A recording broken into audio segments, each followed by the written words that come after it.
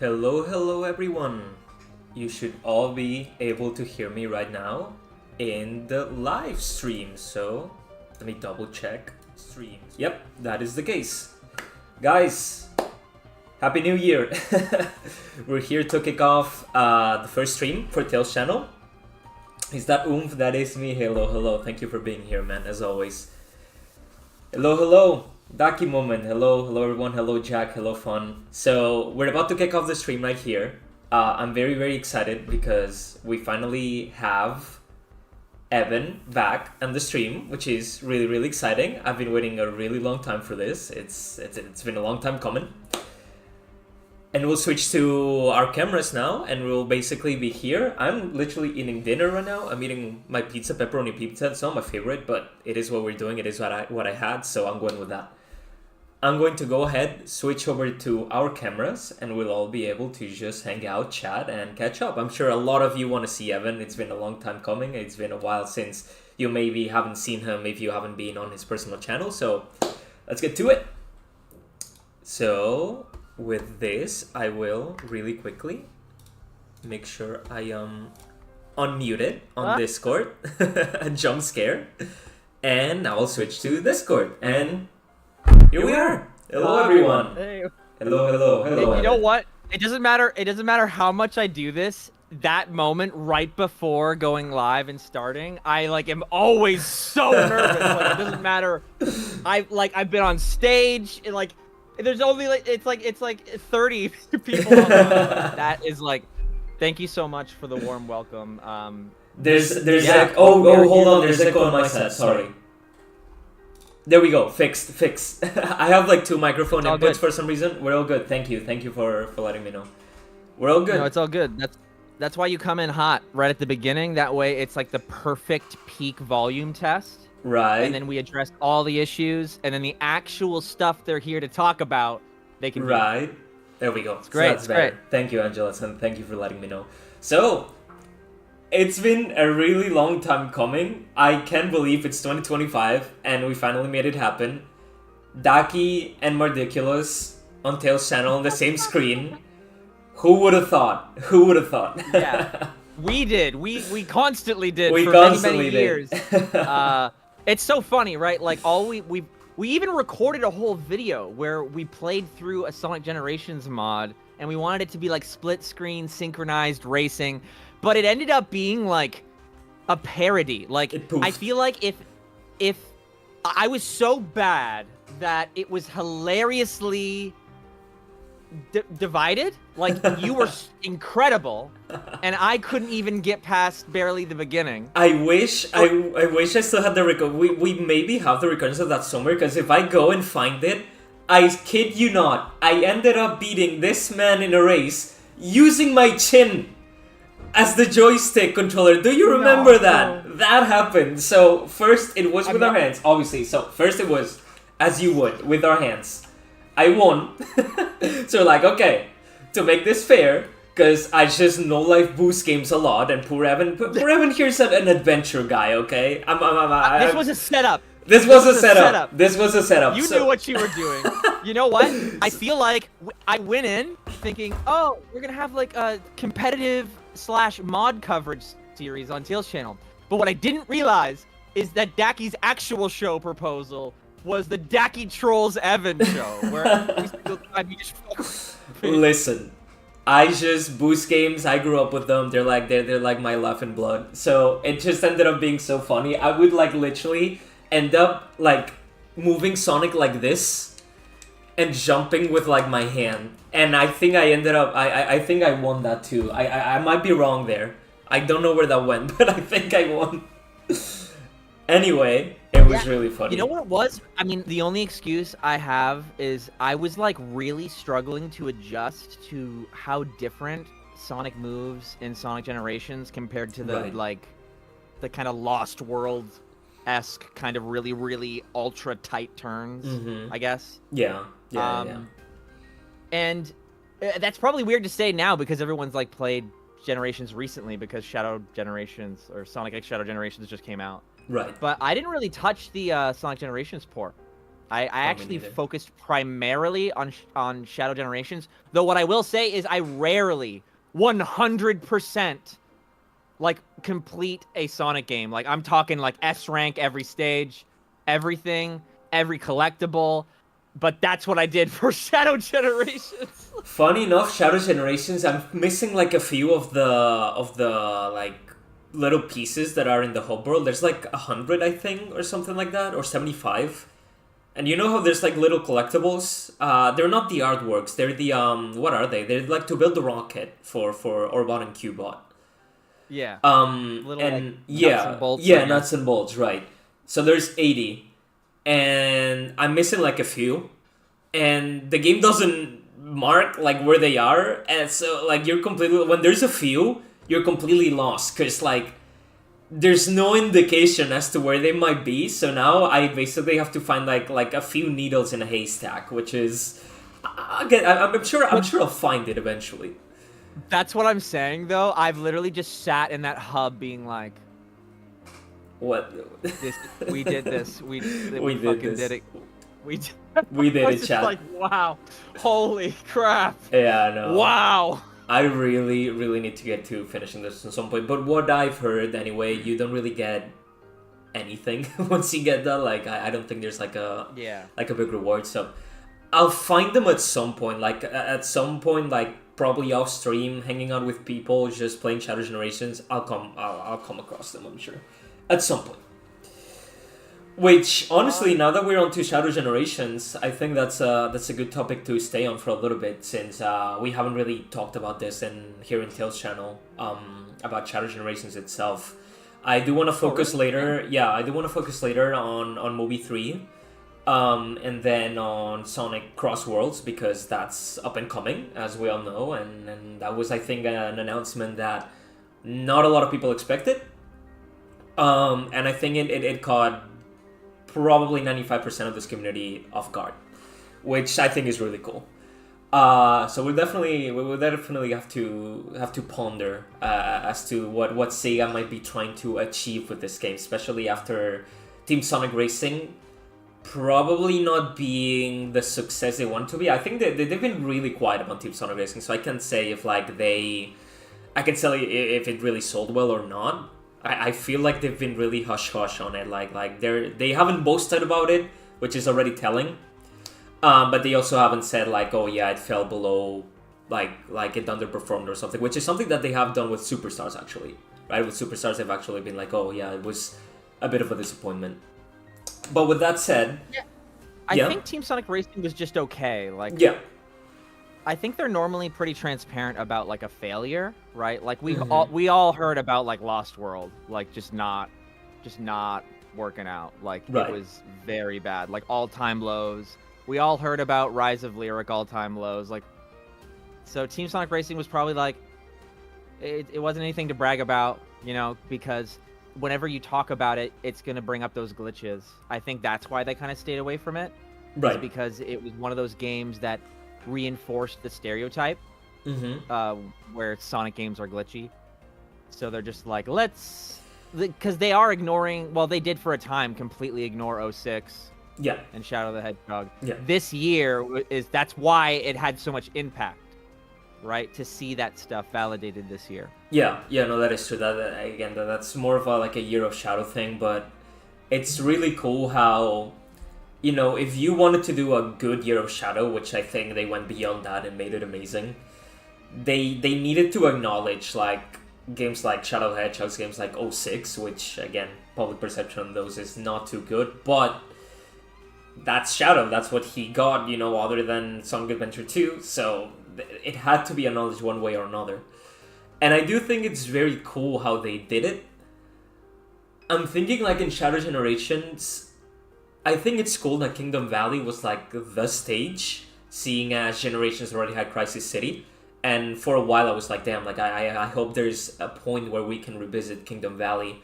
Because I do feel like that was the poster stage, IMO, always in 06. But I guess back then Sega decided they needed a lava stage for Generations, so they pulled Crisis City. Which Crisis City, to be fair, as well, pretty good poster stage as well. But I think Kingdom Valley does that a little better. I don't know. I think it's more iconic. It's in the main menu, right? It's the stage where you have like the, you know, Sonic running, you know, with like a whole Moises split of the ocean. Like it is really cool. So it's stage one. Like they've always put the bulk of their effort into like stage one. Like I don't think it's like. It's the first stage they designed. It's not stage one in the story of 06. Yeah, but it is probably the first stage. Yeah, no, because it starts with Wave Ocean, at least for Sonic, right? Which is the first character you play. But in the demo and like the tech demos they did and everything, it was like the stage they would show. That's where they show like the cancelled dynamic like day and night cycles. That's where they first showed like that when the model looked really cool, when it still had like the Nike smile and everything, that they showed like that CG trailer that Sonic still had like his Nike smile in 06, and it was like one of those old, I think it's a trailer from 2005 actually, or maybe early 2006. But yeah, it's definitely like the stage for that game. That's like the first thing they did, 100%. 100%. It's 06 feels very much like it was trying to be a sequel to a lot of things that people liked, right? Like they gave Shadow vehicles, so people who did like Shadow the Hedgehog at the time were like, oh man, that's that's a natural evolution to the like gun gameplay. It's like it feels exciting. A new character, so Silver, right? Same appeal that SA2 had. Who is he? Oh, he's from the future. Like there's a bunch of questions. Was super appealing. A new ability, new gameplay style. That's movement focused, physics focused. Very smart ideas. Like it just makes so much sense, and that's just scratching the surface. So it's no question that people were super excited. Like, and no question why people were super excited about the Year of Shadow. Right. Completely deserved. I think that's why Sega is kind of gave the energy this year, like it's now or never, because it really is, because the movie is going to kind of open that up that opportunity. There's other opportunities that the movie opens up that I'm sure people have some feelings about that I would love to hear from in the chat, right? Because we're currently in the merging, right? There's a ton of new fans coming in. A ton of new fans coming in right as we speak. So there's going to be a lot of like interesting discussion happening. Right. Yeah. No. Again, not to get too loud on the movie right now, because I don't want to spoil anyone that may have not seen the movie. If you're watching this, I'm gonna assume you probably watched the movie. But yeah, there's a lot going on in Sonic Movie 3. I do find it very interesting how they're connecting a lot of things, and how characters like Shadow have been handled a little bit differently, but still maintaining like the pure essence of who the character is. I think for Shadow they did that fantastically, and I was also really happy, honestly, overall with Sonic, Tails, and Knuckles in that movie. I don't have any massive complaints. I will say I am one that does enjoy modern Sonic, game Sonic, a lot more than movie Sonic, but I think I'm very understanding as to why Sonic is the way he is in the movies, what causes him to behave the way he is, and why they thought that allowing him to have an arc was good. So, okay. So I'm like anticipating everything you're saying. So I'm like, okay. So we're all kind of like collectively thinking the same thing, I think. So so hold on. So why do you think it's okay? Like I have my own answer, but I'm very curious as to what you think.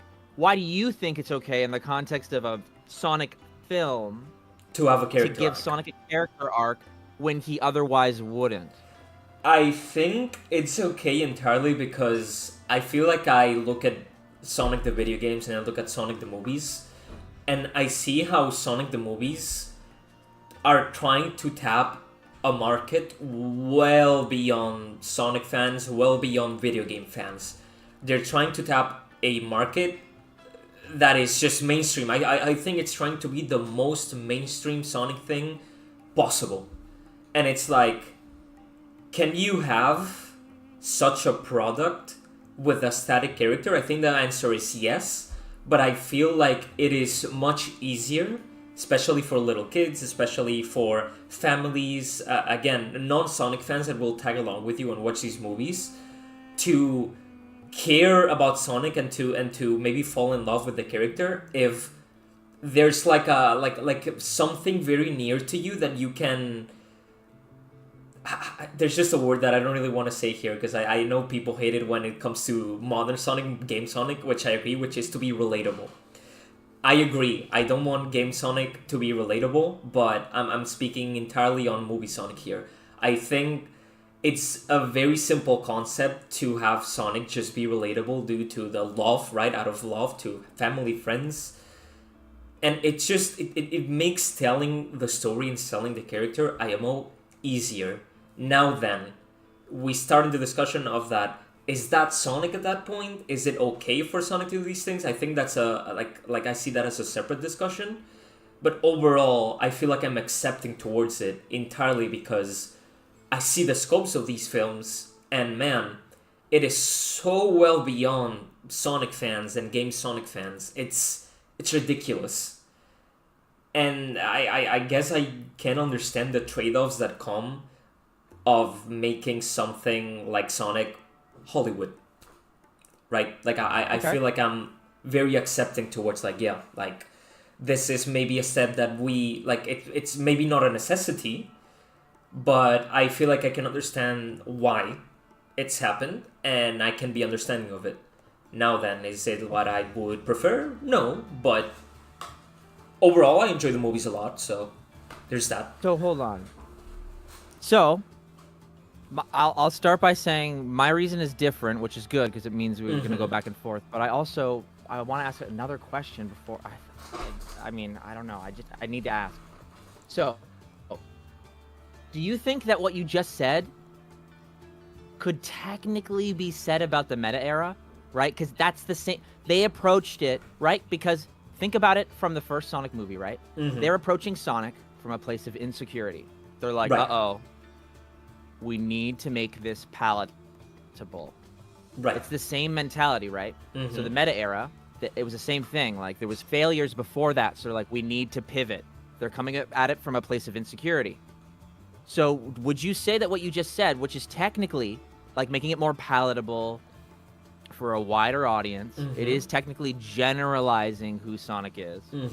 Would you say that those two things are similar, or how are they different? I feel like, yes, they are similar to an extent, but there's a big difference in the end product, the end result, and the approach. So, like, yes, I do believe the meta era wanted to make Sonic, more just easier to digest for the general audience, but I feel like they directly pandered to an audience at the time that wasn't in the best of terms, to put it that way, with Sonic.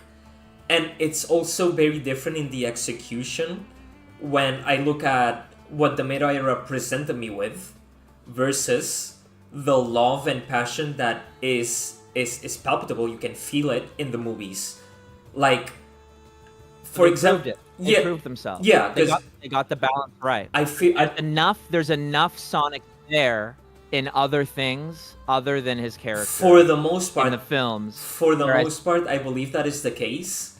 And it's also a matter of okay, let's look at the meta era. Let's look at what Shadow did for the meta era, right? Let's look at Shadow since, I mean, where do we want to start the meta era? Colors? Let's, for example, look at Shadow from Colors to Sonic Frontiers, right? I feel like that's where I would end the meta era with Sonic Frontiers. Where is he? And when he is there, what does he do? And I can think of Sonic Boom. Awful. Not good. Not Shadow. Then we go like into the movie. Yeah. Right? It's the other characters. So, like, while it sucks, so basically, in a nutshell, is like, while it sucks Sonic is not there, Tails is so there. Knuckles is so there. Shadow is so there. True. And Eggman is so there. And Sonic is sort of there. Okay, like, let's not. Yeah, like he is, I think, like the weakest link, unfortunately. But in this movie specifically, I'll say, right, like at halfway through the movie, we know there's an event that happens. Sonic gets pissed off. And is he suddenly one-on-one game Sonic? No. But is he locked in, as we like to say nowadays, to a point where it's like, damn, like this, okay, like you're getting somewhere here? I think so, right? Like, we haven't seen Sonic like this in the movies in 1 or 2. But in this one, it was like, okay, gloves are off.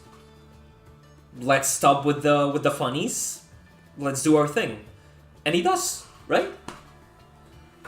So props to that. I mean, I would say that movie 3 could have let more, like, moments stay somber. They did a little bit of, like, somber and then ruining it, sort of. You know what I mean? Like, being afraid. Sorry, I shouldn't say ruining it. I should say taking you out of the feeling, abruptly. It's whiplash. It's whiplash, especially towards the end. And there's cool things and yeah. Well, I should clarify that some people like that, right? Because that's comedy. I've said that in other videos of mine where subverting expectations is how comedy works. So it works really well as a joke setup. But there were definitely moments where, as a Sonic fan, I'm approaching it as like, this is, or I don't know, just the impulse from my end was just this should have just kind of sit. Yeah. It feels in line with what the theme of the film is. Right. So I feel like it's like, don't shy away. Like, you're awesome. It just Mm-hmm. felt a little bit too insecure. It's like, no, keep Yeah, going. yeah, Just, no, like, no, no. own your scene. 100%. And I mean, I'm sure we all know, I mean, the easiest example of this is, again, final fight without putting it into words. And while things are getting really cool in the final fight, we cut to our villains doing questionable things, which it's Oh, like, yeah. like I get it, but at the same time, I do feel like it can come off across as like, man, like especially for the hardcore fans that, you know, we want to see what was happening, you know, before we got into the villains. But we're kind of like, I feel like the pacing there was a little weird. It's like, it's getting really cool, oh, this is awesome, oh, here's these two doing these things, oh, we're back now, and then and they're doing the things, and oh my god, he even did some chaos spears, oh my god, that was amazing, and we're back again. And it's like, the pacing is a little odd, but I do think, like, there's two ways that I can look at this. Like I can look at it as like, okay, they wanted both of the conclusions, like both final fights that were going and ongoing. One was just a lot more epic than the other.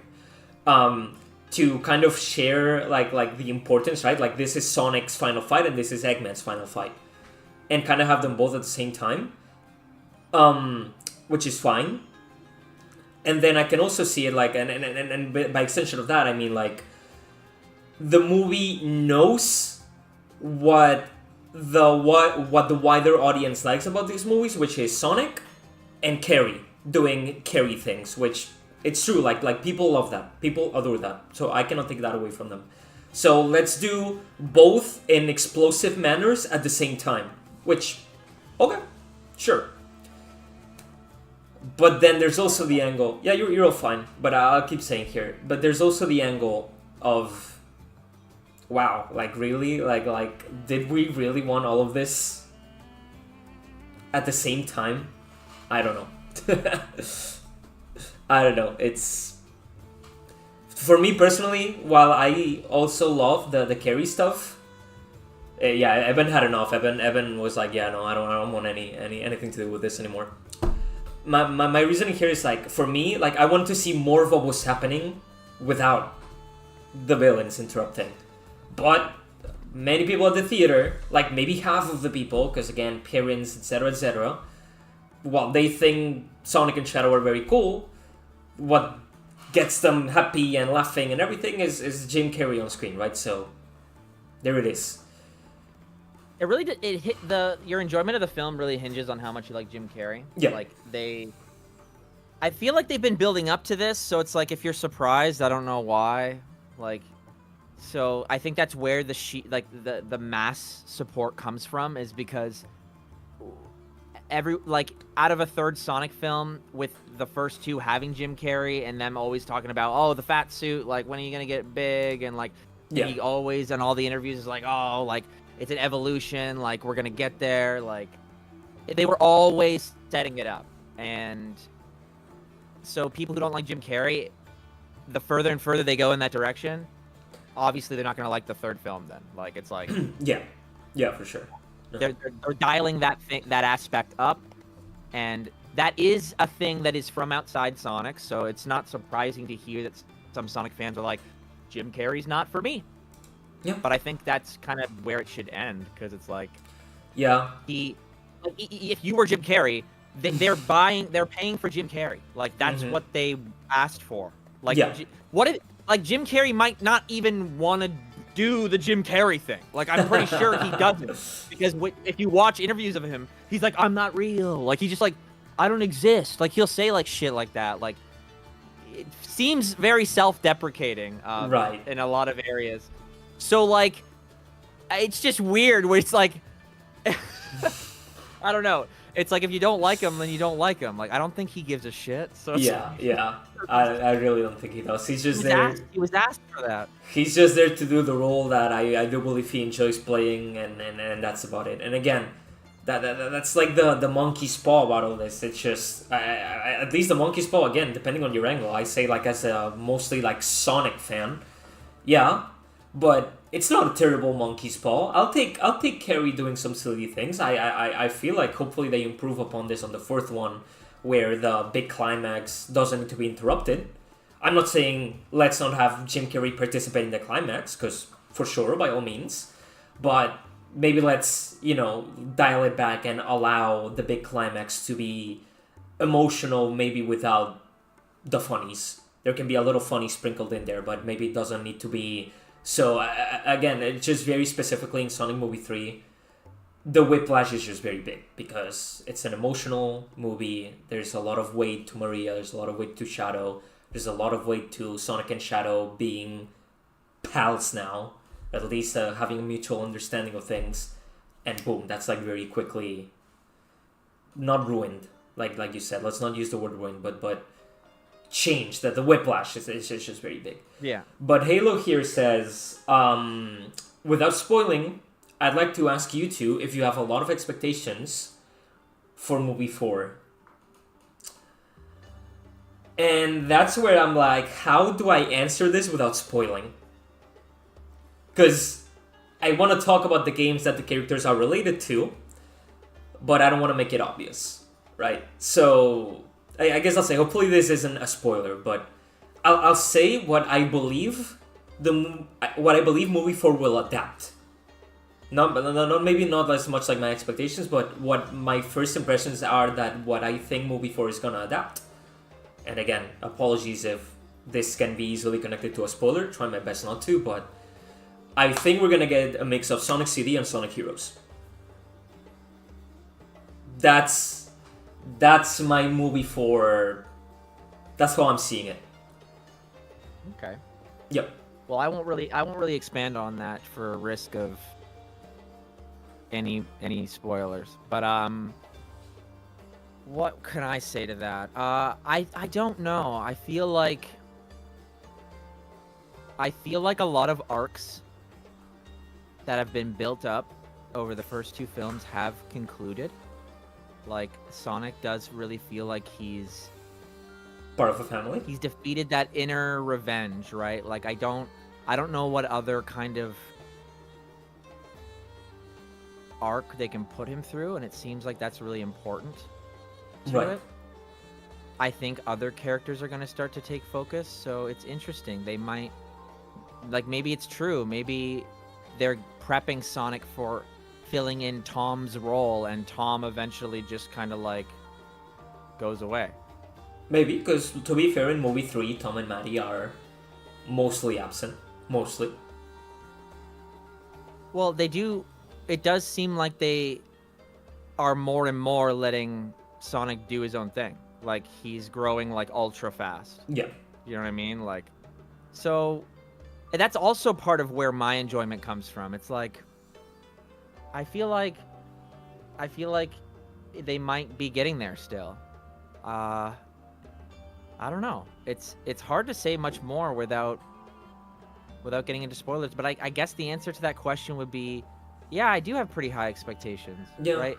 When you do really well, like, the expectation is that you're going to be able to keep that going, especially if it does well. So, you know what? It's a little too early to answer that, because my opinion hinges greatly on how much money they make, right? I pay close attention to how beneficial it is to the people who made it, because you want to pay attention to that, because that's the only metric we can use to make sure that the creatives behind it, the media that we like, are being supported appropriately, right? Like, if something goes wrong, it's more likely that there was mismanagement and, like, there was a power struggle and, like, it was unclear why other films succeeded, and then they all pulled in different directions and it got, like, just pulling apart from the inside out. Like, that's normally how it works. Right. So it has to be really clear why the films did well. And my expectations are high for the fourth one because I think it is really clear. I think it's really clear why the third film did so well. And I think that's why all the films are doing well. Because the Sonic films took the opportunity to figure out what would succeed, right? They immediately figured out the most important thing is the way the characters look. the way they're animated. And because they took that opportunity, it's been forward momentum off of that shockwave of a decision ever since. Ever since they decided to redesign. So that just goes to show you, like, if it seemed like at the time, how was it worth it? If anyone at Paramount was smart, maybe they planned for this, right? Like, if we do this, they might have said this internally, like, if we do this, we're going to have a very clear idea. Like, we have been given the most clear feedback ever. And if we delay our film a bit more, it's almost a guarantee at this point that we will succeed. Like, if we do that. And so I don't necessarily think it was like a conspiracy. Like, I know some people believe it was like all planned and they made it really bad. I don't think they made it really bad. I think that it actually was bad authentically. They really did mess up Sonic's design in the first film. But I think someone internally had enough foresight, I believe it is. Yeah. Or hindsight. I don't remember which one it is. But future vision. To know that it's an opportunity rather than like, failure is an opportunity. They had the right mentality. Failure is an opportunity. I wonder if it was Tyson Hesse, because he saw that, right? He's at that same time he had seen like Sonic Forces and stuff. Like, he was coming in around Sonic Forces, Sonic Mania, right? And he had seen like the bounce back. He'd seen the, like, because things are so bad, everybody is hoping things get better. Right. Like, there is another side to those horrible moments. And it feels good when it happens. And that's what the Sonic movies, that goodwill is still carrying them forward. Yeah, for sure. I fully agree with that. Again, I do understand, because I hear in chat saying, where was it again? I don't want to lose it. That I think it was Fast as Sonic was saying. I feel like all my expectations are related to what I dislike about Sonic himself, so I'll never be happy with these movies. And you know what? That's fair. Like, I feel like that's very fair. I just think that, maybe there is some hope. As these movies keep evolving, and as Sonic, again, I don't ever expect Sonic to be like one-to-one the game version of himself in these movies. I feel like we might eventually get that in, I don't know if I'd call it a spin-off or another Sonic movie stuff, but it would be like potentially fully animated this time. And I'm saying this entirely because of the track record of Paramount doing things like this, because they've done it with, if I'm not mistaken, they've done it with Transformers, right? We recently had Transformers 1, which is an animated Transformers movie. And if I'm not mistaken, Paramount is Transformers? I could be wrong here. But there was also an example that awaits me right now. The Ninja Turtles. The Ninja Turtles I also think are Paramount. And again, they started as live-action movies, and they eventually got Rise of the Ninja Turtles, I believe is the name. Again, I'm not a fan, but I've taken a peek. I believe Rise of the Ninja Turtles is the latest animated movie, and it is really good from like animation, everything. In fact, I believe some of the people that worked in that film then worked, I think, on Shadow Dark Beginnings. So that's a testament to, that they can cook. So I think Sonic is bound to, at some point, follow the same kind of formula, that is, that at some point it'll get its fully animated movie. The thing is, like, when that happens, will it be movie Sonic? But animated. And that's what's scary. Well, see, here's the thing. Like, this is kind of all connected, right? I was saying earlier that, like, we're currently in a period of time where we're going to have a huge influx of new voices being added to the discussion, and that's gonna it's gonna do what it does. It's gonna create discourse, right? And then we have an opportunity to make changes, and it all depends on how much Sega is influenced by that influx, right? Sega, there's no way. This is where Sega's ears are so opened. Does that make sense? Imagine a Sega logo with giant ears on the side. That's where we are right now. Like, they're listening for like, what do these new people want? I would love to know right now. Right. That's basically what's happening. So, like, participate in the discussion, but it's also very important to not come across as gatekeepy, because while Sega's ears are open, right, they've dealt with Sonic fans forever. Like, if you start coming across like snobby, they go, wow, I will never listen to you. Like, it's not worth it, because there's so many people online now that there's someone else making your same point in a way that's not mean. So they don't have to listen. Yeah. They don't have to listen to you. They don't. There's enough voices out there. Just be respectful, but like, the thing is, we need everyone. Like, I personally want it too, right? I want Sonic to stay, like, the idea of Sonic that people are talking about. I love what people are talking about when it comes to how Sonic's character should be treated and how it is different in the films. I love that that's happening. That it fills my heart with joy. Yeah. Because I can feel that. I have felt that in other situations throughout the series' existence. So whenever it's been being talked about, it's great. But I think we need to follow that lesson that character teaches us. Take it out there. Don't get, like, it's gonna get frustrating. I'm telling you, it's gonna be so frustrating. For sure. They're gonna be young, and they're gonna probably not be very respectful to you. And that's where, if the fracture is further apart, that's where Sega can't, like, the game that results in that becomes so spread thin, right? If we try to talk, the fracture is more narrow. So then when Sega is listening, it's easier for them to target what we want. Right. Does that make sense? Like, yeah. Because they're listening. Like, we know that already. We know they're listening. It's been proven. They literally, like, my video where that was the whole message, they're like, we are. Like, they literally they said that in the comment. So, like, come on.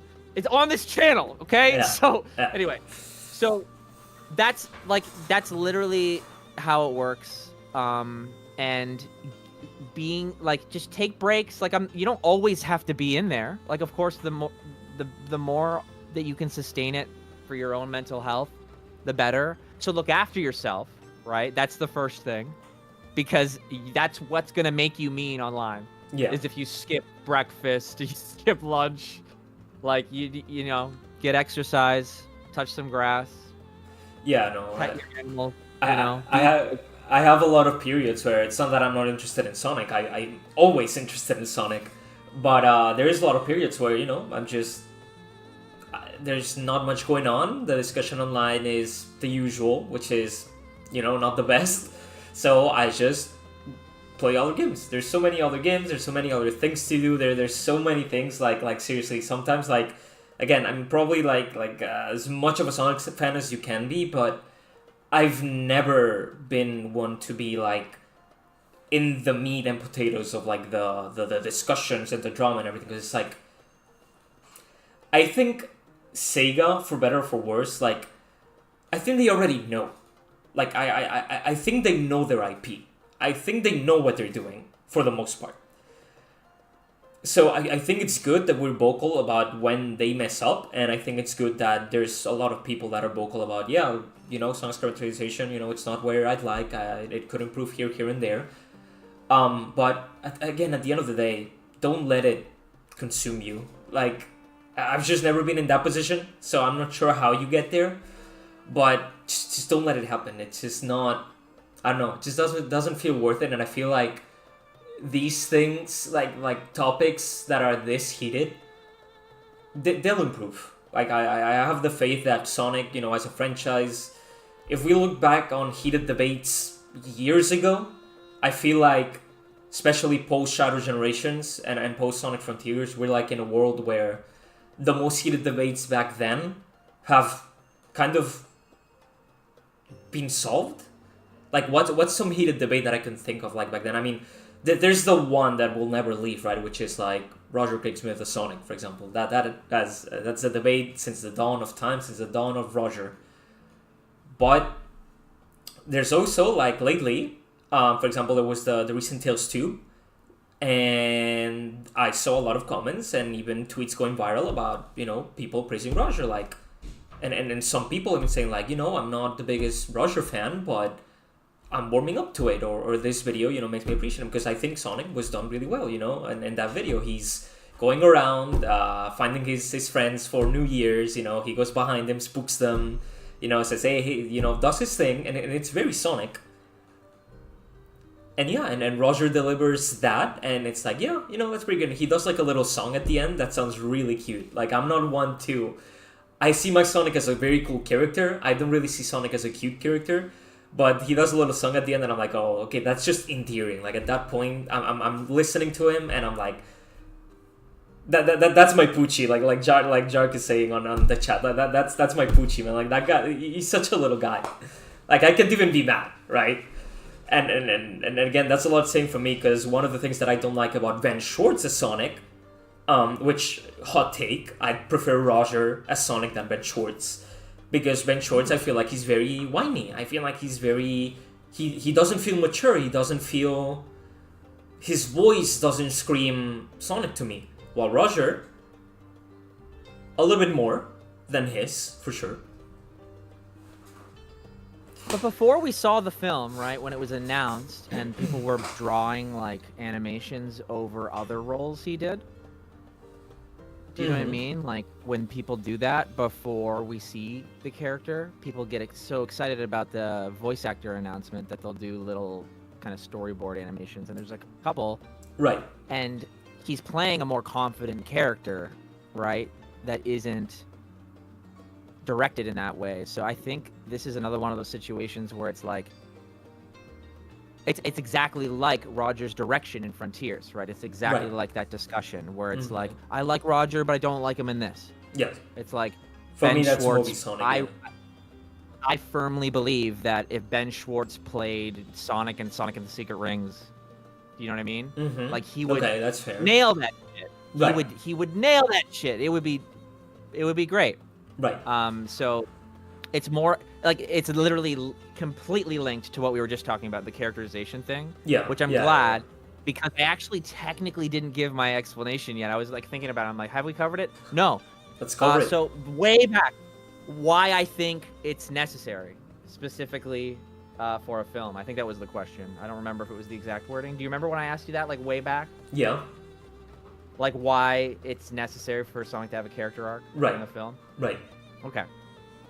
So this is what I think is the reason why. So it's a little bit of an East and West thing, but it's not complicated though. Okay, so in the West, there's these characters that are designed to be endless, right? Because there's more episodes, the stories are micro stories, and they happen repeatedly. So the most popular example I can give you is like SpongeBob. Goku.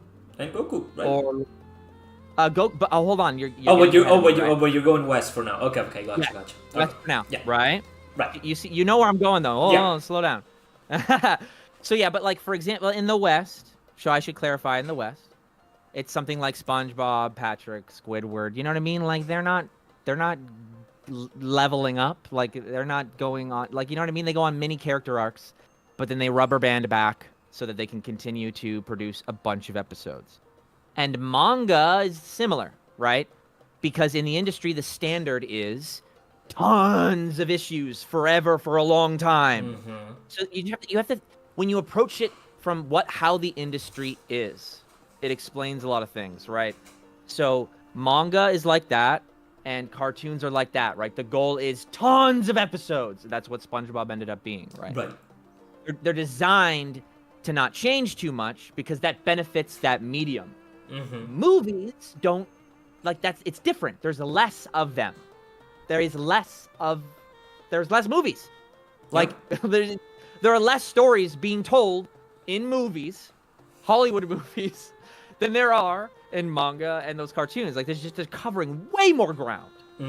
So it radically changes how you approach structuring the narrative. And that's even before we get into the different tastes, right? Because we just compared shonen manga, like Goku, like One Piece, like sorry, he's not One Piece, Luffy, right? Naruto, right? But those cover way more serious themes, right? So you'll point to Sonic X, right? And again, this is a cultural difference, so it gets even more complicated, right? You have to consider culture and the industry of the media. And then when they come together, it's almost inevitable that mixed with the insecurity of Sonic at the time, how any other type of Sonic would come out of that is how would any other it's like the unfortunate part is that the West associates those endless characters with cartoons, right? They associate them with cartoons because comics took it a different route. They didn't do what manga did. Comics rebooted a million times, right? Over and over and over and over again. There's like a million like I wanted to start Spider-Man. I wanted to start reading Spider-Man. But when you ask somebody, start reading Spider-Man, they're like, well, what series do you want to read? Do you want to read this one, this one, this one, this one, this one, this one, this one, this one, this one, this one, this one, this one? Like, and that applies to so many. That's not like Goku has like a hand, like maybe one on my hand. There's like how many alternate verse Gokus? I'm not using two hands. They funnel like it's what GT. Let's try GT. There's like probably the Xenoverse. GT Xenoverse. Whatever that. You have Heroes, right? Dragon Ball Heroes, which ended recently, to be fair, but that's a thing. I'm swearing there's no more than 5. That's what I'm saying. No. Like... So GT Heroes. Oh. Yeah, no. I don't think there's more than 5. It's my point. Like it's not even close. Yeah, that's my point. Yeah, it's not even close. And the main, like, pointing to where you want to start the story of Dragon Ball is far easier than pointing to the start of Spider-Man, because Spider-Man has been rebooted because for whatever reason in the West it was decided that was more beneficial to make money. It's seen as an entry point. Sound familiar? Palatable, palatable characterization. So the West just has, unfortunately, a habit of creating those opportunities for a new audience to come in. And I think it's because just a little bit, just slightly, the West puts a little bit more value on finance over the art. Right. So, right, because that's what it results in. Because the stories, like the stories that aim for endless, but they're also covering deep themes. Like Goku is so important, and that is evident. That has been evident recently, like made obvious because of the passing of its creator, and the shockwave that it had. And that's what happens when it's all in. You're telling as many stories as possible. It's like you've spent years with this character. It becomes intimate. And then all of a sudden we circle right back to Sonic. That's why it's so heated. Because Sonic was consistently the same. And it was familiar to those stories that are endless. So you not only were you with Sonic over and over again, and it felt like years because you would replay the games and he was always the same. Like it functioned similarly because games aren't like manga, but you do replay them. You live in that world, right? So it's constant living in that world, similar to manga. And then to see it change it will frustrate you. Right. It will. Yeah. And that's I'm here to say that sucks, and it does suck. It does suck. But I was fortunate to know that watching the film. I was fortunate to know that going into the film, and that's why I was able to enjoy it. But I do think it's important for us to just talk about that. Be like, Sonic films, far less of them. They didn't know if they'd even get past 1. Yeah, I know. So of course they're gonna give Sonic a character arc.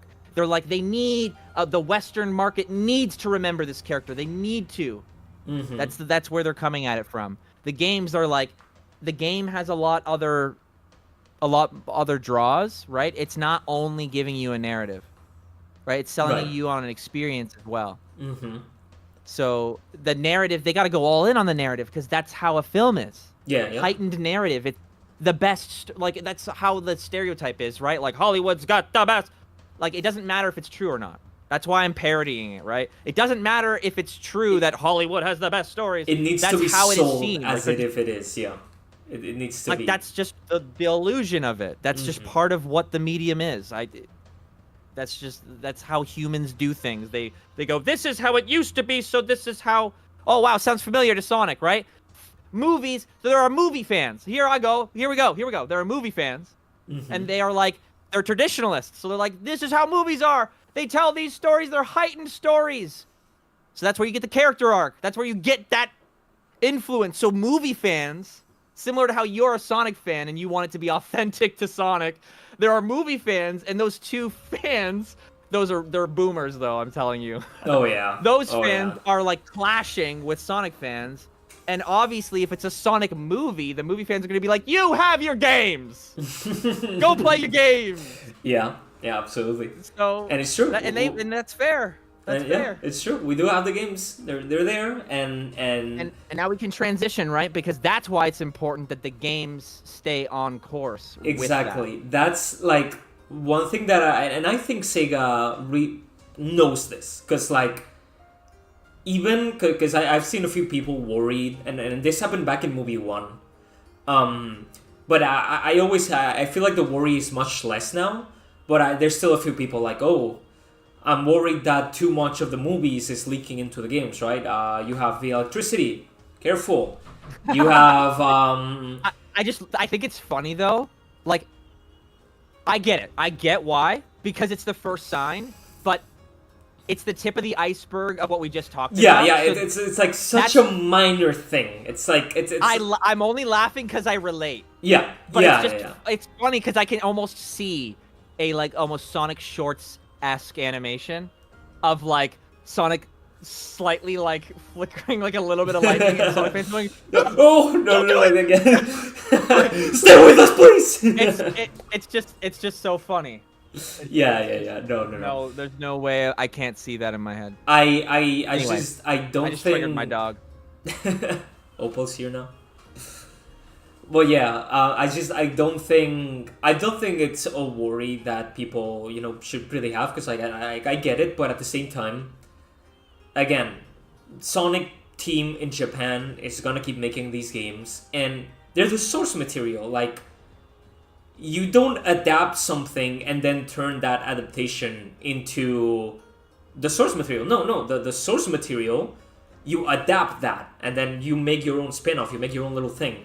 I understand, like, the worry, because, like, what if the movies are more popular than Game Sonic? Like, I understand that worry, but I feel like we'll be fine. Like, I don't think there's a universe. A larger audience. Yeah. That's obvious from the beginning. Right. Anyone who says that, it's like, I mean, they're probably just upset in general that there is a Sonic film that isn't authentic, because they want more exposure to what they see as the authentic Sonic, which I get.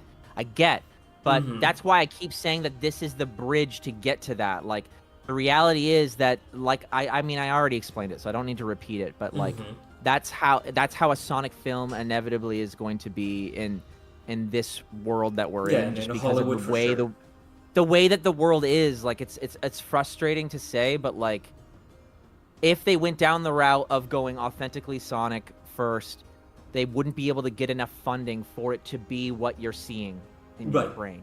Right. Yeah. That's what I'm trying to say. Of course they could. Like, I know what you mean when it's like they have the resources to make it. That's not what I'm saying, though. I'm saying the people that end up making those choices, and allowing those resources. Do it. Yeah, 100%. They don't do it. And if they did, I will gladly be like, I was wrong. Oh, yeah, please. It's obviously an exception. Yeah. Like, right? Like, I'm just gonna say, like, it's an exception, and that happens. Yeah. That happens, and then we appreciate it. Yeah. So someone brings. Like, yeah, go on. No, I honestly was hoping you'd go. Yeah, so I was hoping you'd go. What I was gonna say here is, like, someone brings a good example here, which a lot of people might find obscure even at this point, but Angry Birds. Angry Birds is a good example of this, entirely because Angry Birds, like, I used to play, like, the games a lot as a kid, grew up with, Angry Birds on the iPad and whatnot, and obviously it's very different comparing Angry Birds to Sonic. Angry Birds is a franchise that I don't think I'm off when I say that what people enjoy about that is the gameplay, right? Like the simplicity of the gameplay of Angry Birds on your phone back then was amazing. And then I think it's fair to compare Angry Birds and Sonic. Yeah, no, but that's the thing. Then you get the movies, which the movie is a completely different story from the games. Like Far Cry, different designs, different personalities. Even, I mean, if the Angry Birds of the game even had personalities, but they have a personality now.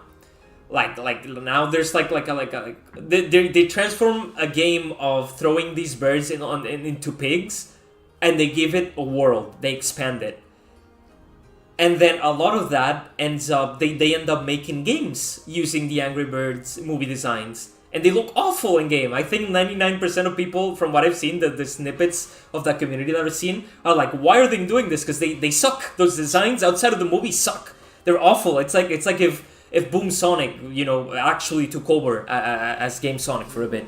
It's rough. It's really rough. But again, Angry Birds didn't really have. And not only did it not entirely take over like game Angry Birds, like I think that's still there, even though to like a much lesser extent, because back then they released 20 Angry Birds game per year, and that's not what they do anymore. But it is true that you see a lot of the movie designs push forward a lot more. But it's like, again, Angry Birds didn't really have a world, a lore established. You had the basic Mario principles of birds go after pigs because pigs steal eggs, I think. And I think that's Angry Birds. I think that's about as deep as it got. And then the movie obviously gave more depth to that. But with Sonic, since 1991, you have a very established lore, like obviously ongoing, changing, especially now with in the Year of Shadow and a lot of like the lore team, like maybe changing a few things here and there, but Sonic does have like all of that. Someone says here they did have personality and names for the movie, and I like that they brought the names, but that's it. Even Matilda's designs from the cartoon, right? So they did have a personality. Okay, so I'll give them that. I'm not too well versed. But from what I saw, I think it's a fair comparison with Angry Birds movies, Sonic movies. But the thing is I just don't think Sonic is gonna have the problem of it overtaking, because without the source material, you don't have the movies. That just doesn't happen. Yeah. And the source material is plenty popular. It has been unpopular for a while. But you look at Shadow Generations and Sonic Frontiers, and do you see that they took these opportunities to push movie elements and abandon modern Sonic? Apart from like the lightning in Sonic Frontiers, that Sonic gets the power boost. Sonic was arguably the most Sonic he's been since arguably Black Knight. Arguably.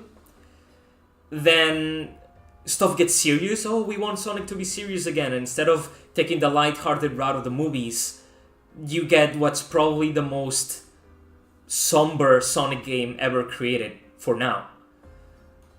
And then Shadow, instead of pushing forward movie Shadow only and just going and retconning game Shadow to maybe Maria not have the illness, how she doesn't have it in the movie, as far as we know. Maybe in a spin-off that'll be expanded and whatnot. They're pushing what we love. With getting these movies' popularity, they put them on their backs. They ride piggyback, but they push what we love. At least as of now, I don't see an indication of a takeover. Yeah, that's why. Well, I think we've just circled back, right? Because Year of Shadow, I think, what we need is we need a Year of Sonic that isn't like, I can't say that though. Yeah. But we need what feels like a Year of Shadow, but for Sonic. And I'm saying, like, what's so frustrating for me? As satisfied as I am with Shadow Generations, as I've said earlier, I like literally one of the few Sonic games I've actually 100%ed to full completion. Mm-hmm. As a Sonic fan, like a fan of Sonic's character, I mean, we've talked about it for the past hour? Hour and a half. Yeah. Hour. Anyway, so there's so few scenes where Sonic and Shadow are together. Yeah. And a game like ever since I was a kid, I've been waiting for a Sonic and Shadow game. And they're barely together. They're barely together. So what I'm saying when I say a Year of Sonic that feels like a Year of Shadow, I'm saying that like Sonic being in there when there are more kind of gritty stories happening. I want them to bounce back and forth. Mm-hmm. Because in multiple videos of mine that it's I think what makes Sonic really appealing is this contrast, right? Right. He feels so out of place, but the fact that he's still going his own way despite how out of place he feels Mm-hmm.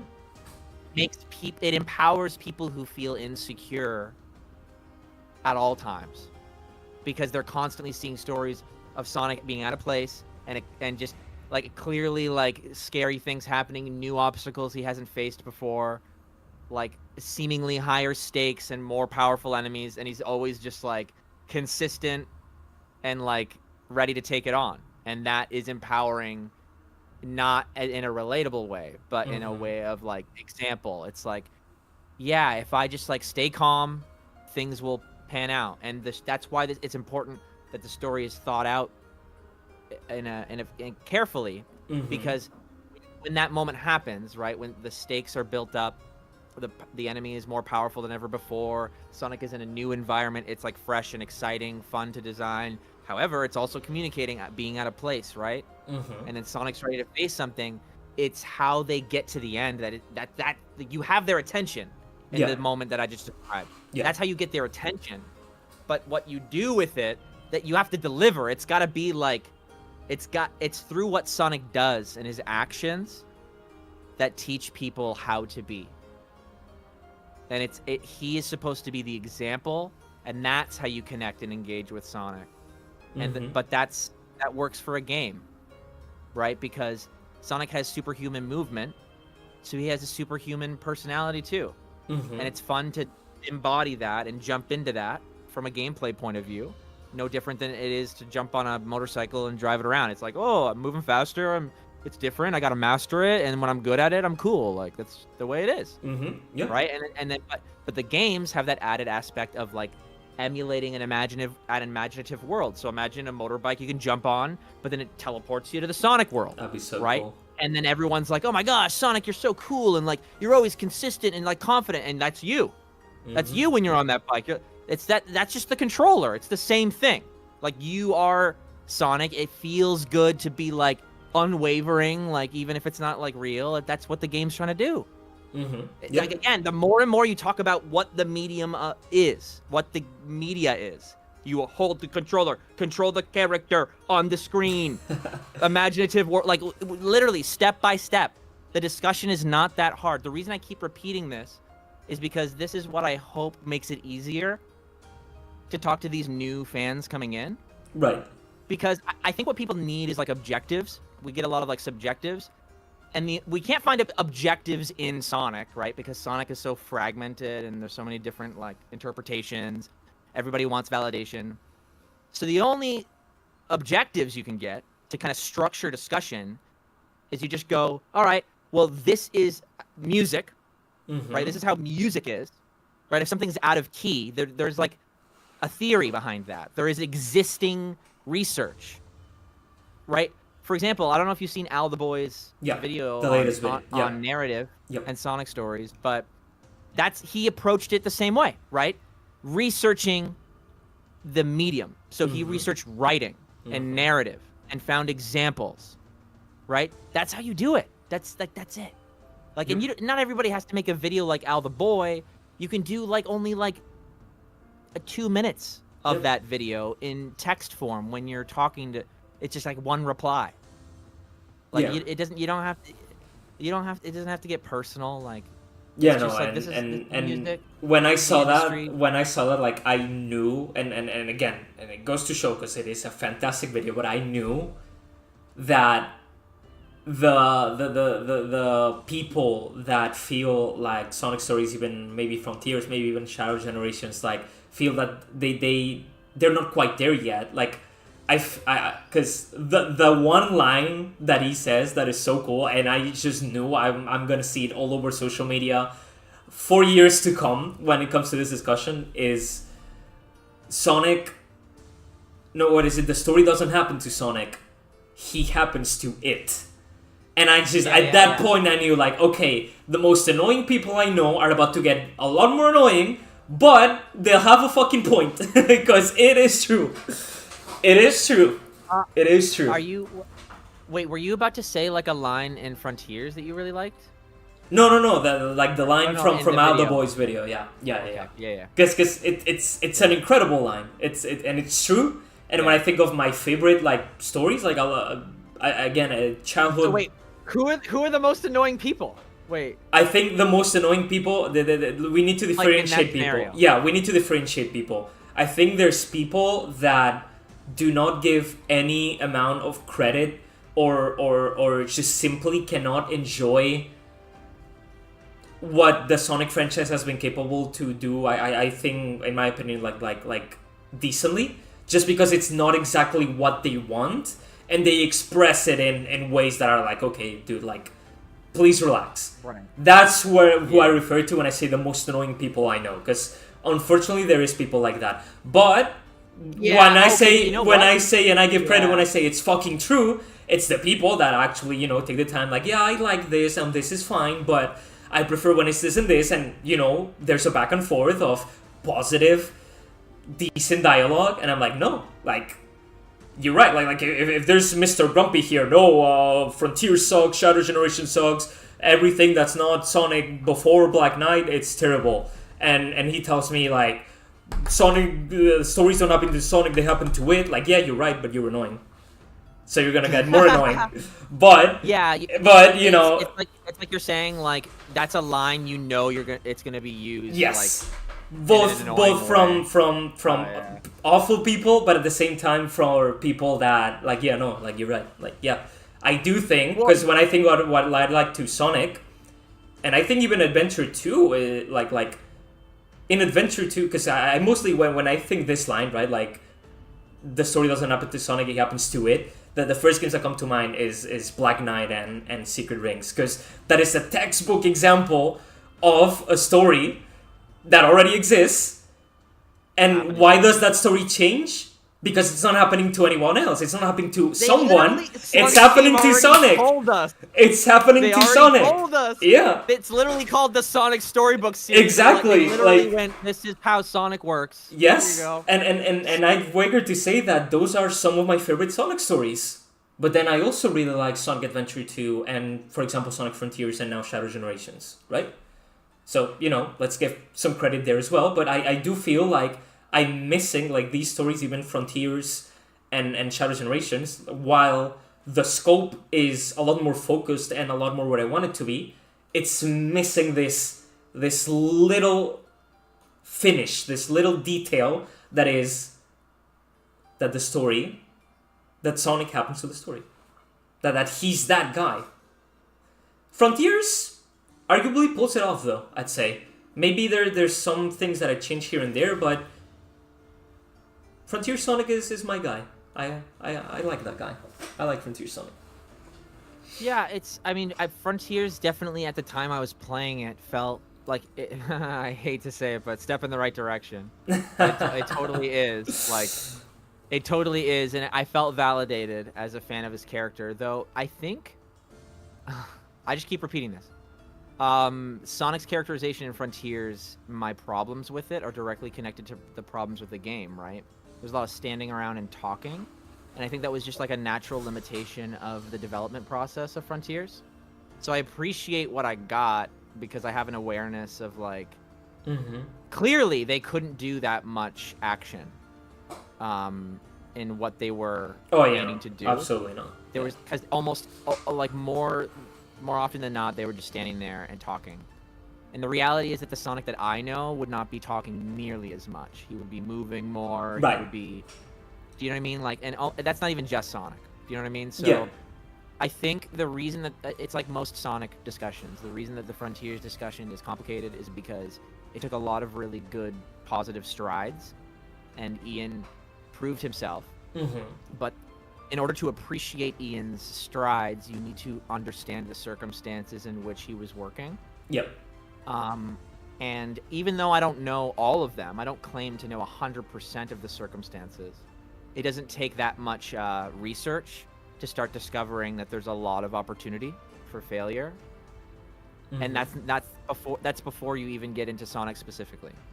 which as Sonic fans in this stream, we should all know how that tends to go. Yeah. So sure. I feel like it felt plain. I stash hand, I agree with that. You know what I mean? But I think that's a result of the circumstances they were in. So me, knowing that, I'm excited because I'm like, oh, this game sold a lot. And like, I was like excited about that. And some people might be frustrated by that. But it's like, it sucks. But like the way this works is it has to be a stepping stone. And it's all like, it's got to build up to something, right? Yeah. So the true feelings of Frontiers, we will only know the true feelings of Sonic Frontiers when the next game comes out. Yeah. Yep. And No, we won't know the 100%. true feeling of that game until the game after that game comes out. Exactly. That's honestly how it works, because it has an entire, technically like leading life cycle, like the leading Sonic game life cycle, where it's the current example of the most recent Sonic game. Exactly. And all discussion kind of stems from that for a very long time. And that's where we're at right now, at the same time as Sonic movie. I guess Shadow Generations is a little bit like that right now too. It's like everything's kind of feeding into that. But no, and again, the Frontiers is hard to discuss again, because like until we get the next game and we see what Sega has learned in a positive way and in a negative way, I feel like that will very much control the direction of if Frontiers stands the test of time as a experience that people love or that people don't love as much. And by that I mean, if Sega comes through and they make an open world game where everything feels Sonic, it looks very nice, there's this new art style, maybe they even change the model, the action sequences, there's a lot more action instead of like standing there, the presentation is polished, and everything is just like a step up. It's like, oh my god, thank the Lord for Frontiers, because it brought us this. Right. But then if the next thing comes out and it's like, Boppin is back, the islands feel barren again for no reason, the cutscenes are mostly standing there and they haven't really improved much, blah blah blah. Oh my god, Frontiers doomed us all. Frontiers has ruined Sonic, and Frontier sucks. So lesson is context matters so much, right? And I can actually tie two topics together again. What you were saying, you were appreciating that line, right? And you were talking about that line in Al the Boy's video, right? How the story Sonic happens to the story. Exactly. The story doesn't happen to Sonic. So that line wouldn't work unless Al earned it. He earned the right to say that line, and you only can appreciate the impact of that line when you watch everything in the video before that line. Exactly. The annoying people will only understand it on the surface level. Exactly. And they will misinterpret it because of that. Exactly. Because the reality is, it's more nuanced. If he could just say the whole video in that line, he wouldn't make the video. Nope. Why does the video exist then? Exactly. So this is the same way. It's right. You can't appreciate a Sonic game in a vacuum, right? The context matters, and it's all a stepping stone to the next thing, which is why something like Dream Team is exciting. That's like every time I talk about a Sonic game, I'm trying to put it in the lens of like, where we're gonna go now, what do we do about it, how do we get where we probably should be, and that's why it's important that there's discussion happening publicly, because I have an understanding that like no one person is gonna know it all. We got to be like, wait, hold on, like we many minds are better than one. We can help Sega. We can help it. Like we like, it sounds cheesy, but we literally can make a difference. It's up to us. And because we know context matters, I can tie it to something else. If you have been a fan for long enough to have this context, that is why I feel like I'm never going to shut up about how, like, if you have that context, try your very best to participate if you can. Like, try your best to be involved in the discussion, be respectful, be present. Because here's the thing. Series, Sonic, not Sonic specifically, any multimedia franchise will only distort from new audience if the fatigue of past fans is too high, right? the fatigue of old fans, that's how it happens. It's when the fans that have been there for too long are just like, I can't do this. I just can't. And it happens en masse. Mm-hmm. And then the discussion is dominated by people who don't know. Mm-hmm. And then history repeats itself. And then the series regresses and makes the same mistakes. And then we're not getting this really cool kind of thing that Dakiii was just talking about, right? Where it's like, pay attention to what they do next. We will stop being able to do that if people start kind of falling out of the discussion. So, right. But again, priority number one is to look after yourself, right? We're on the internet, like it's a screen, okay? So priority number one is to like be good to yourself.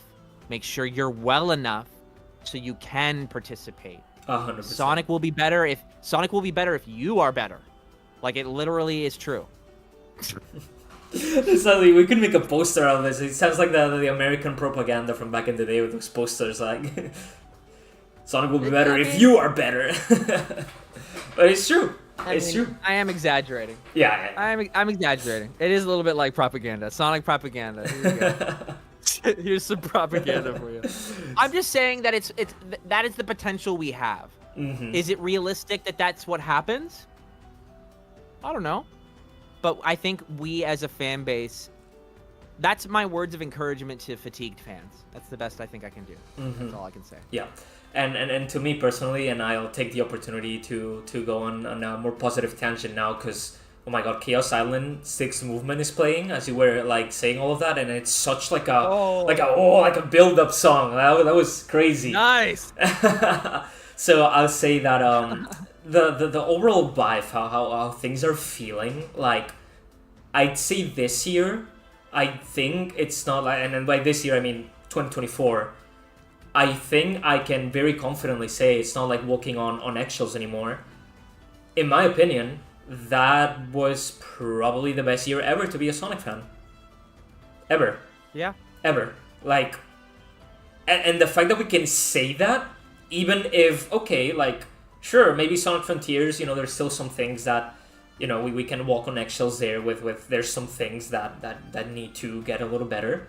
But from the media, from just how they're running things on the Twitter account with takeovers, with the Tails Tubes, Shadow Generations, for God's sake, Dark Beginnings, Moby 3.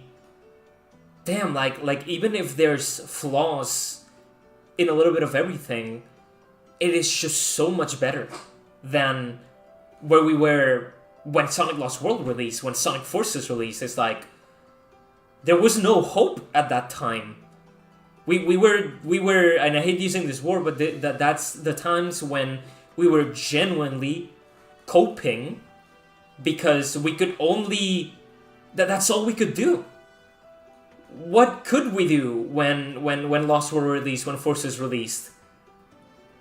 From 2017 Forces to what's Frontiers, 2019, 2020?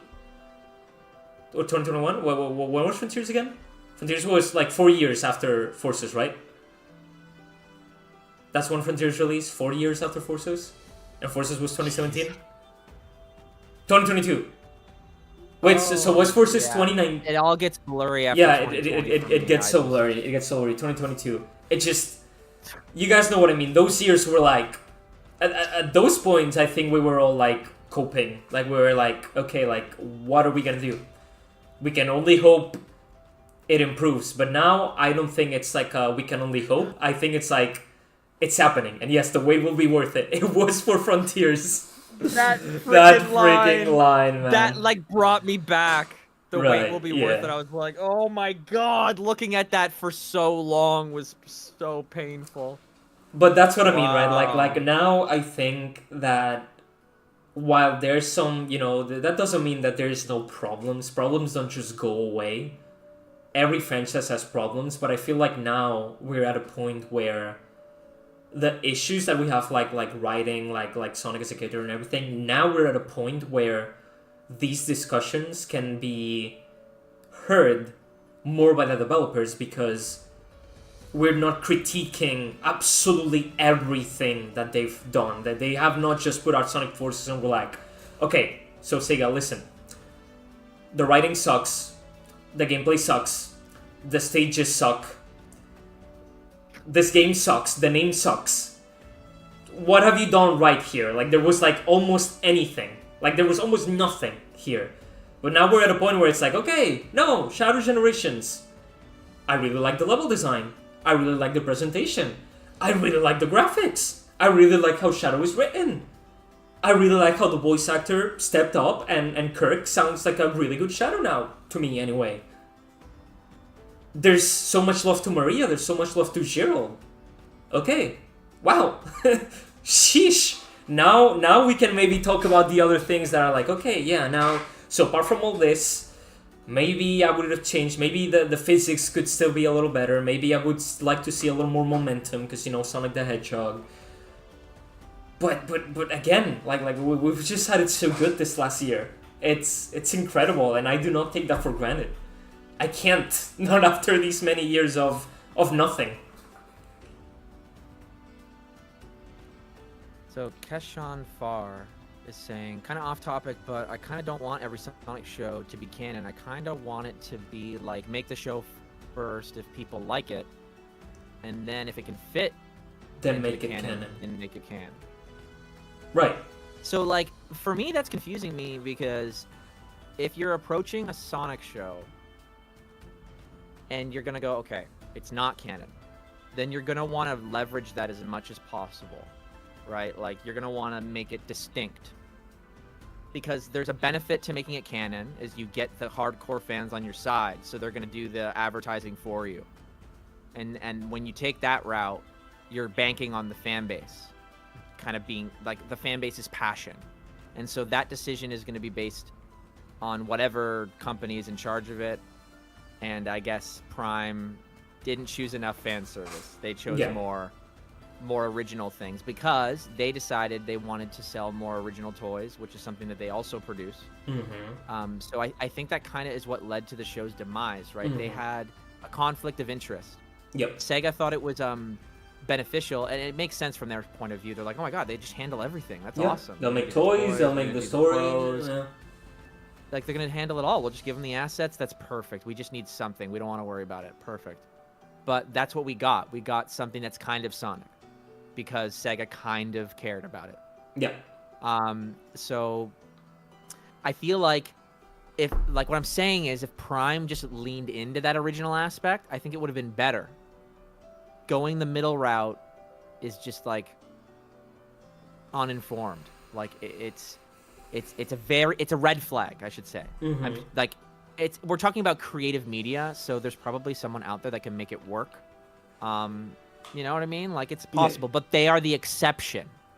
So trying to take both routes where it's like kind of canon, but kind of its own thing, possible, but really hard, like really risky, is going to take a lot of like coordination to balance it right. And I think circling it back, that's why movie 3 is really exciting, because I personally think that it's a nice kind of middle ground surprising mix. Mm-hmm.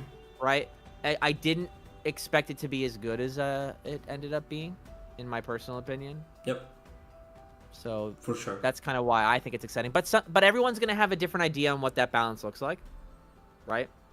Because we're talking about like things that aren't actually like, they don't have objective weight. You know what I mean? Like the certain version of my phone is made exactly like this 1,000,000 times. Like, that's not how our feelings are made about different parts of media. Like, it's in here, and it's more complex than that.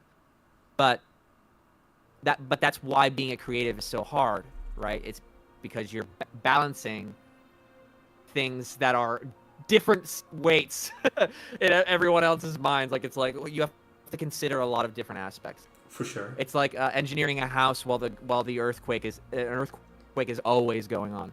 Yep. No, 100%. 100%. We could be here forever, but just entirely because I don't want this running... Wait. Did we talk about Crossworlds? I'm going there. Oh, Going okay. there right now. just because I don't want this running too late for me, because Spanish time zone, it is 10:30 p.m. right now. You know, in half an hour it's going to be 11. Work days tomorrow. Having a job is amazing, but it's also time consuming. So, I want to have this last 30 minutes to, again, and we'll have plenty of streams to circle back the Sonic discussion, because we can be on the same subject 20, 30, 40, 50 different times, and we'd have different conclusions, different points of view, different ways to tie things up, because, like Evan said, it's not all like one built thing. There's infinite possibilities that we can kind of get stuff, and it's a lot. Oh, yeah. So there will be many opportunities for this, but for these last 3 minutes, I would like to focus our attention just a little bit to Sonic Cross Worlds, because even if it's not the next big thing, it could be a very defining stepping stone, especially after how Team Sonic Racing was handled, which is the latest, racing spin-off. Let's try to put into perspective. I think the question I would like to ponder here is, other than money, other than making a game for money, why is Sega deciding on doing Sonic Cross Worlds? Why do they look at the market and they see Mario Kart 8 Deluxe, Crash Tag Team Racing, I believe was the game. That's a while ago, but it's there, it exists. But again, the main focus being here Mario Kart 8 Deluxe, which is a game that sells billion copies every day still. Like, that game just doesn't stop selling. What does Sega think they can do to bring to the table that differentiates it from Mario Kart 8 Deluxe and makes people want to buy? Okay, I have an answer. What's your answer? Okay, this is crazy, but people really, really, really, really like cars. Wow.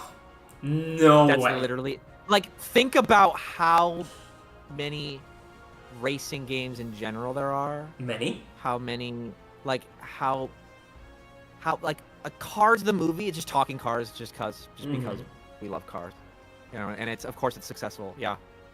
It's because, like, and think of TSR, we talked about it earlier.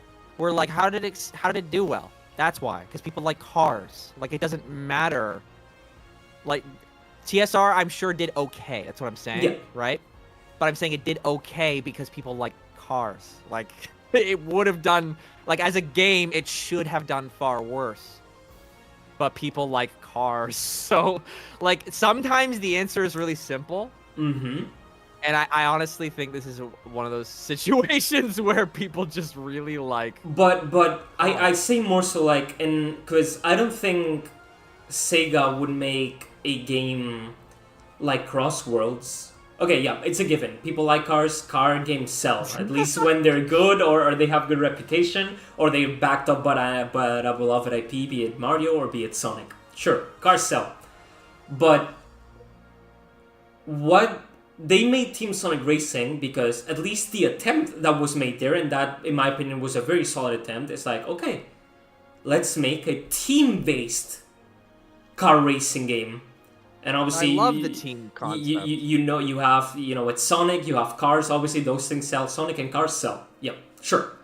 But they made Team Sonic Racing because, there's this unique team mechanic we can do here that might strike gold, Then, obviously, in my opinion, because the online was so bad, I think that the concept was good and they kind of hit it, other than a few balance issues, like always switching your items with your team to charge your ult 20 times per race and then letting it rip again so many times per race. Balance issues for sure. It needed a balance pass. And it also needed an online fixing pass for the online to actually work. But what is it that they're doing in Cross Worlds that is gonna sell? Obviously, what I can think of is they're doing the cross-dimensional thing, right? Like they're taking the world portal rings, which again go as far as Sonic 1, the Hedgehog, like the 1991 video game, but also, you know, the Sonic movies made it very prominent that Sonic characters travel through rings to other places. And that's what I believe the game is gonna be doing, right? Like, you're gonna be going through rings to space, to, dare I say, Sonic Prime? Maybe? Wait a minute. Maybe? I just realized something. What? Do you think normally sometimes games will lean on like an impressive kind of graphical feat? Mm-hmm. Do you Yes. think that they're like tracks will be like that will visit multiple places? Do you know what I'm saying? Like it'll have that effect that what was the Ratchet and Clank? Ratchet and Clank Rift Apart. Rivet in Time? Rift Apart? Oh. Rift Apart. Rift Apart. Rift Apart. So like that effect that they were really flexing for that game, Right. where it like is loading a world, but then it has that crack into another entirely new environment. So like, I wonder if like you'd be driving through it on the track and you'd see a ring and then you'd kind of see it and actually experience like yeah, like the warp. between Yeah. but in real time, which I think would be like Yeah. So like visually Halo is interesting. saying push what they did in Shadow Generations further, which yeah, I mean Shadow Generations has oh they kind of did that. Shadow Generations has incredible transitions. I think the highlights that I can think of are the first one being, you know, when you warp into the first that's really okay, but that's like, again, we need to put the perspective here. Like, they do that, but it is pre-rendered. It is pre-rendered, right? It's not like it's not actual real time. It's like, yes, but it's also pre-rendered like footage. Like the game is rendering it, but at the same time, you know, like there's some pre-rendering there. But they also do it in, I think it's Real Canyon Act 1. I think there's also a very impressive one there, especially when you come back from the Doom Zone. You go back into like the rails of Real Canyon, and then a door kind of shuts in front of you, and it opens, and you're back in Real Canyon. So they do some really impressive stuff already. They could be pushing that further to be like real time, and pushing the PS5, pushing the Xbox One series, whatever. And you better hope that your computer has an SSD, I guess, to do that in real time. Yeah, so people are saying that it wouldn't work on Switch. That's the thing. I think that's fair. You think they would do that like funny thing they used to do back in the Wii era, where they would still do the cool fancy thing for the one console, but then like for like Switch, it wouldn't be dynamic. It would be like kind of like a texture that you just bump into. And oh my god! Honestly, maybe, man, maybe. And I mean, like, what if you could only see the track rendered ahead, and then you could see the world had like a weird effect that hid the world, so it's not like rendered exactly, and then it'll have a little like effect, but only for the Switch version. Like, that's what they would do in the Wii era. They'd be like, yeah, we'll just patch it up. Yeah. But that's the thing. I don't think they could justify that. But there's an exception here. Right. No. But I think they will. I think they will justify it, and I think it's because simply this game will come out on the second Switch, and the second Switch will be able to do it. Oh my god, that might be why they're doing it, because I was just thinking, like, when I was being like corrected by the chat, right, like existing the being and Halo saying like it wouldn't work on Switch, I was thinking, oh yeah, that's probably why the Ratchet and Clank game did it, because they don't have to worry about that, so they're gonna flex that they can do that because they're only releasing on one console, so they almost have to, right? But this game's it's coming out on the new one. Is that confirmed? No, but probably. Like, interesting, because that's something you would see become a trend for multi-platform releases, because they've probably been waiting to do stuff like that ever since, you know, exclusive console exclusive games did it. And again, Ben, PS4 and Xbox One, like I think they're powerful enough to pull it off. Maybe the frame rate will shit the bed when that is happening, but they can pull it off. I'm pretty sure, like a PS4 and an Xbox One. I'm pretty sure they have the capabilities. But yeah, maybe that's why they're excited to make a racing game, because they're finally not feeling like they have to release on 900 million console variants. Maybe. Because they're so desperate for money. Maybe they can finally actually reduce the amount of consoles they're optimizing for. Mm-hmm. Like, because I think for the longest time it was out of desperation. They're like, yeah, for PS4, for PS5, for the Wii, for the Switch, for the phone, for the, like, it was like that for All Stars Racing, wasn't it? Like everything. Yeah. Everyone gets a racing game. It was everywhere. It was DS, PS. I'm not sure it was PSP, but for sure it was DS, iPhone. Like it has a very early like iPhone like 3D game or with All Stars Racing. Like the first one, it's crazy. It's crazy. I just remembered all that, and that once again reaffirms people just like cars, because they were like, yeah, put that shit on everything. They're like, just go. Like, that's obviously what was going on. There's no way. Yeah. So another thing that I find interesting with Crossworlds is obviously now this fact that, and I touched upon it kind of half jokingly, saying that, oh, Crossworlds, could we see Prime? Because Prime does something so similar, right? I don't think we'll see Prime, but I do have to say, I have, and like this is something that I've seen coming at some point, and I feel like Crossworlds is the moment to bring forth some IDW characters to fill the roster of Sonic games. Because oh boy, oh no, they're probably gonna do that. I'm thinking, and they're hiding behind the title Crossworlds. They're like, but then if people are excited about them, they'll be like, they're actually in the world. They were always there. That was just the name. Yeah, like that's what they're gonna do. But that's way. But that's the thing, right? They're in Sonic Forces Speed Battle. I know, okay, Speed Battle. Like, yeah. Let's not get into like if Sonic Forces Speed Battle for your goddamn iPhone is canon or not, because it's probably not. So it doesn't matter if it has Tangle, because it has Tangle, it has Whisper, it has Surge, and actually, unfortunately, not Kid. Kid is like the one that they said, fuck you. Not Kid, but Surge, Tangle, Whisper, yes. I think, judging from that, and the mentioned Sonic Frontiers, right? Ooh, Tangle would love climbing around these ruins. And they do a game called Crossworlds, and they have to fill a roster of characters. And they know we don't want them to get Zaz, Zabok, Zormom, Zordad. I don't know their names. I don't care about them. I don't know. Come on, like, they're there. They're there. And I think it's time. I think it's time to give Surge a voice, to give Tangle a voice, to give Whisper a voice, and let them rip. Interesting. I think they also wanted the appeal of anybody being able to come up with a potential character, right? Crossworlds allows exactly what's happening in the chat right now, right? Like, add Wade.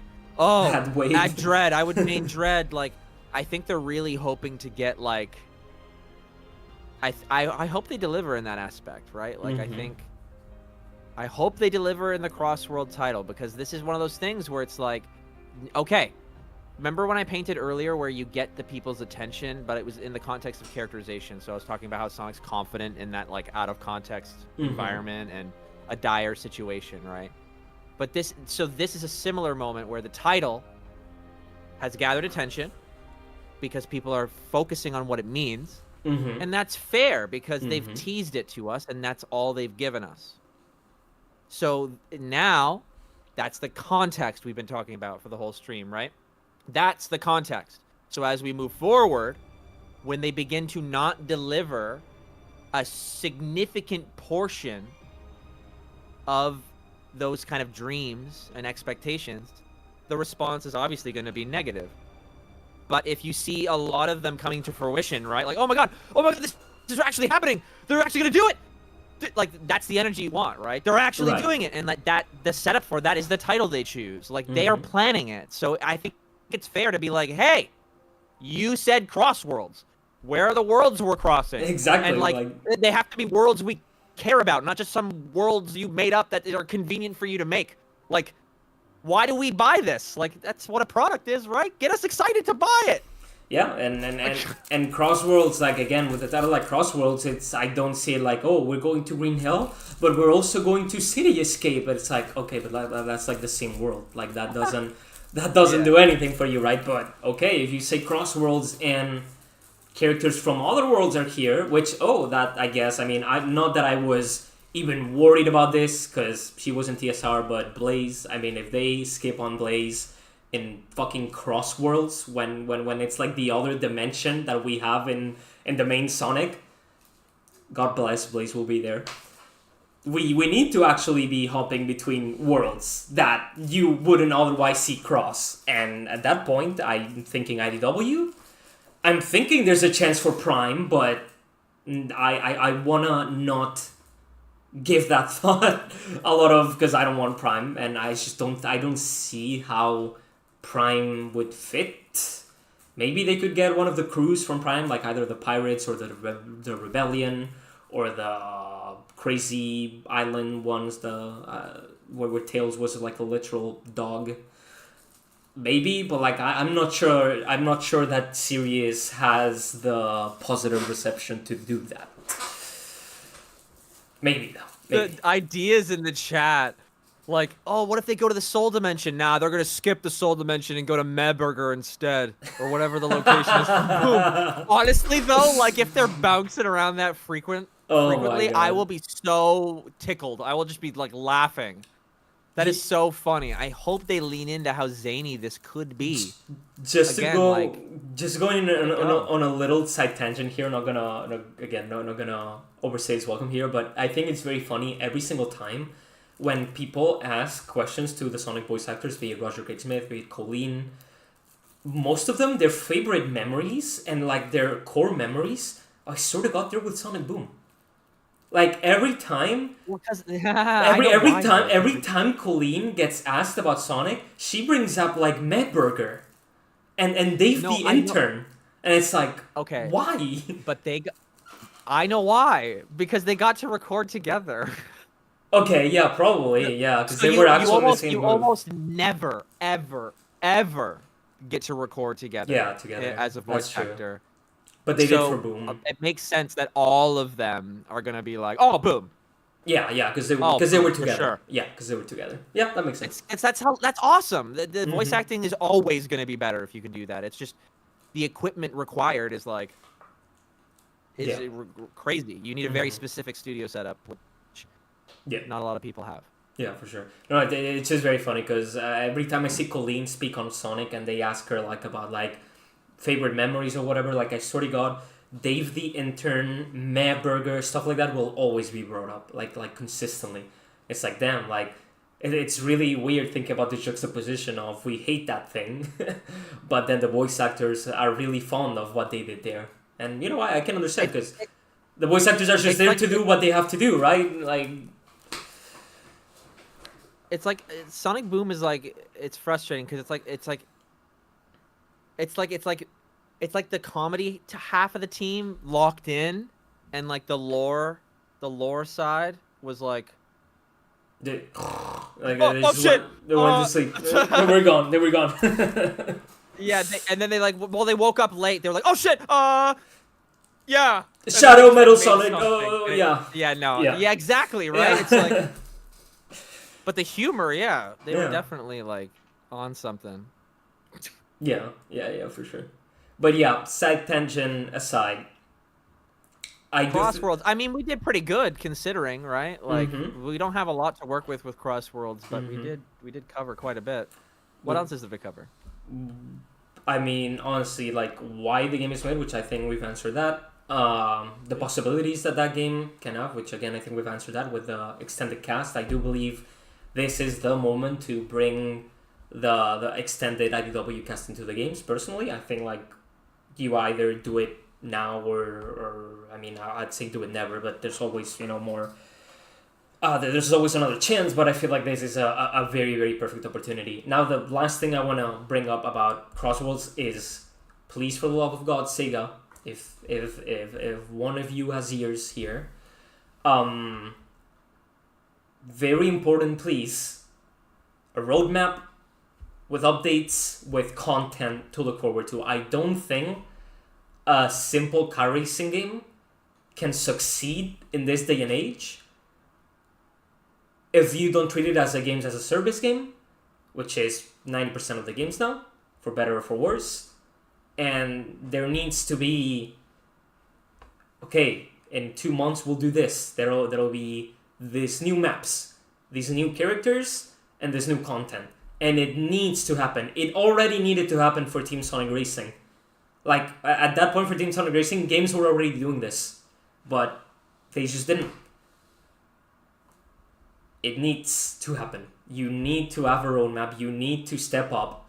And Sega, like, and they're doing well. I mean, for like, hell, they did it for Frontiers, which is awesome that they did, but to me it would make more sense to have a roadmap in Team Sonic Racing entirely because Frontiers is a single-player story game, while Team Sonic Racing it should have been more like a games-as-a-service online multiplayer engagement game, but it wasn't. And the roles got kind of reversed, but I mean, hey, Frontiers ended up really benefiting from that. Hopefully they can take what they learned with doing all that in Frontiers, and whoever's developing the game, which I'm going to assume is Sumo Digital, they can have like something palpable to, you know, just carry the first year, at least a year of content, at the very least. Better start prepping my suit for the funeral to Crossworlds. Oh, fastest Sonic. My goodness. Oh. It's already dead. Rest in peace. Wait, what's amen. your icon? It's like a... Your icon is your face right now. You look so sad. Dude. Oh yeah, it's like a shadow. It'll be okay. It'll be okay, Fast. You'll be I fine. miss his smiling shadow icon, or there. I don't know what the gender is. Why am I saying that? It's like the biggest Me when I spread misinformation about people. Jay Solari says that's like the biggest thing they need to do with Crossbows. Yeah, take a picture out of Mario Kart 8's booster pack at the release. It's like, yeah, like it is. It needs to happen, and I'm hoping that they're making this game knowing this. You cannot just drop this game and say goodbye. Can't. Death sentence. Do not do that. If they get Hardlight to work on post-release content, if they do that. Yeah, it's really interesting. At first I thought Hardlight was doing the game because Jeff Keighley from the Game Awards account tweeted at Sega Hardlight. Like when they revealed the game, it was like, congratulations on that Sonic the Hedgehog and Sega Hardlight for this game. But then they deleted that. So now I'm not sure if it's actually Sega Hardlight or if it's Sumo Digital. I'm going to assume it's Sumo. But maybe it's Hardlight. Maybe. Funny enough, Hardlight did the PC port for Sonic Forces. So it's not like that's unknown to them. Oh yeah, we should talk about existing the being. That's a good suggestion. We should talk about stages we want to see. Stages we want to see. In any Sonic Racer, if it uses previous stages. Right. Instead of original ones. I don't think any Sonic game does that except... Okay. Because Team Sonic Racing, Sonic All-Star, all of these, they have originals. Sonic Riders is all originals. And then... Yo, let's do Black Comet. I want Black Comet. I want City Escape. Why don't we have City Escape as a racing track yet? Hello? San Francisco? Please? I don't know. I'm not super into it. I mean, I think I have an appetite for more imaginative environments. Just yeah, for sure. Now. But I feel like City Escape is like a given. Like, I feel like it has to be there. Like, but it's not. So... I feel like it'd be really cool if we were on the like Alien Black Comet, because I want to see that like in higher quality. Like I want to see them interpret lower poly design stages and like to higher poly.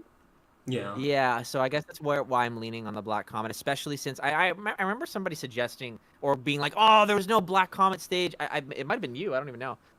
Maybe. Somebody saying like, oh, there was no Black Comet stage in Shadow Generations, and I was like, dang, you're right. Like there should have been a Black Comet stage. I don't know if there's more stages coming. Anyway, but yeah, so any stage that's low poly. Yeah, Twinkle Park would go crazy. That'd be cool. That's true. That is true. Yeah. And it's true, like... But again, that's another one that fits right into that category. Yeah, and like in the teaser, it's just true. Bomnick says, like, Sonic, Shadow Dust are in a really realistic Night City. True. Again, We don't know if that necessarily means that's gonna be in the game, but probably. And I think, like, at least my first, like, when I saw that, that looked like the DLC stage from Shadow Generations. I think, like, they just used a little bit of that layout in that trailer. That's what it looked like to me, because, again, both are cities at night, I guess, so they look similar. I would love to see a rider stage, and again, this is something that we haven't really touched upon, because it's up in the air, but there is an extreme gear in the wall in the teaser. Now, whether that means... whether that's like saying, hey, the extreme gear is in the wall, it's out of service, don't get your hopes up, or if that means there's an extreme gear. I think that's what's going on, right? Okay, so they're setting expectations with the word Crossworlds, and now they're going... I think they want to tap into like the same energy that Smash Bros has, where they can reveal characters for their trailers. I think they're thinking if we combine that with the appeal of racing games, it's almost a guaranteed hit after the third film, right? So we have the attention of everybody. It's already a guaranteed hit, even if for some reason all those new fans are like, I hate video games for some reason. It's still people like cars, so it'll still get by, so it's safe. While they figure out what they want to do in the more original narrative aspect, right? Because they probably knew that there would be an appetite for narrative after the movie 3 and Shadow Generations. But there's gonna be a little bit of insecurity because Shadow kind of carried. So they probably want a general win, right? Right. So a racing game that's cross worlds gets to kind of educate in an interesting way. Do you know what I mean? Like it can be almost educational for these new fans, but to not just a Shadow this time, right? In the same way that the year of Shadow was educational to this new wave of fans to make sure that they knew the distinction between movie Shadow and game Shadow, the racing game is probably going to be like, all right, so this is the cross worlds of Sonic. Like these are all the little different things. These are different worlds. These are the same worlds. Yeah. Do you know what I'm saying? Yeah, yeah. And it gives an opportunity to also play into that hype too. Like they could introduce movie Sonic and simultaneously clarify that they're different.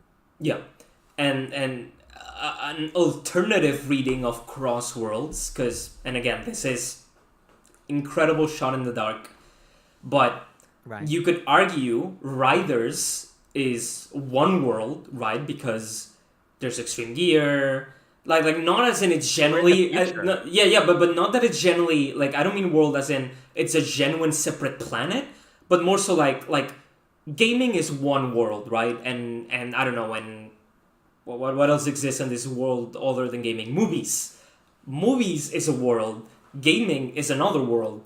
What if the cross worlds is the extreme gear world and the car world?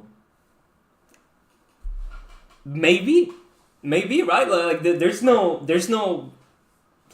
It's more obviously like they've made it apparent that the Crossworlds thing wants to refer to actual different worlds because we see the Warbrain, but there is a chance that they also expand that onto, and not only do you have cars, you have extreme gear, because again, it is there in the teaser.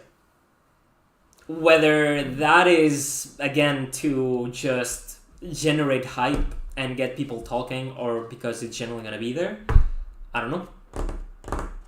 Well, I mean, when I know I keep coming back to the word, but like it's cross, which is like across, right? Like so you are covering ground, and worlds, that, plural. Yeah. So that's a lot of stuff. So like people in the chat have said like this seems like it's coming across as a type of game that would feel bloated. I think it was Jark, like bloated with DLC and stages and characters. That's what it should be. TSR. TSR should have been that, and that's why TSR. That feels like the promise TSR was delivering. That didn't deliver. It didn't. Yeah.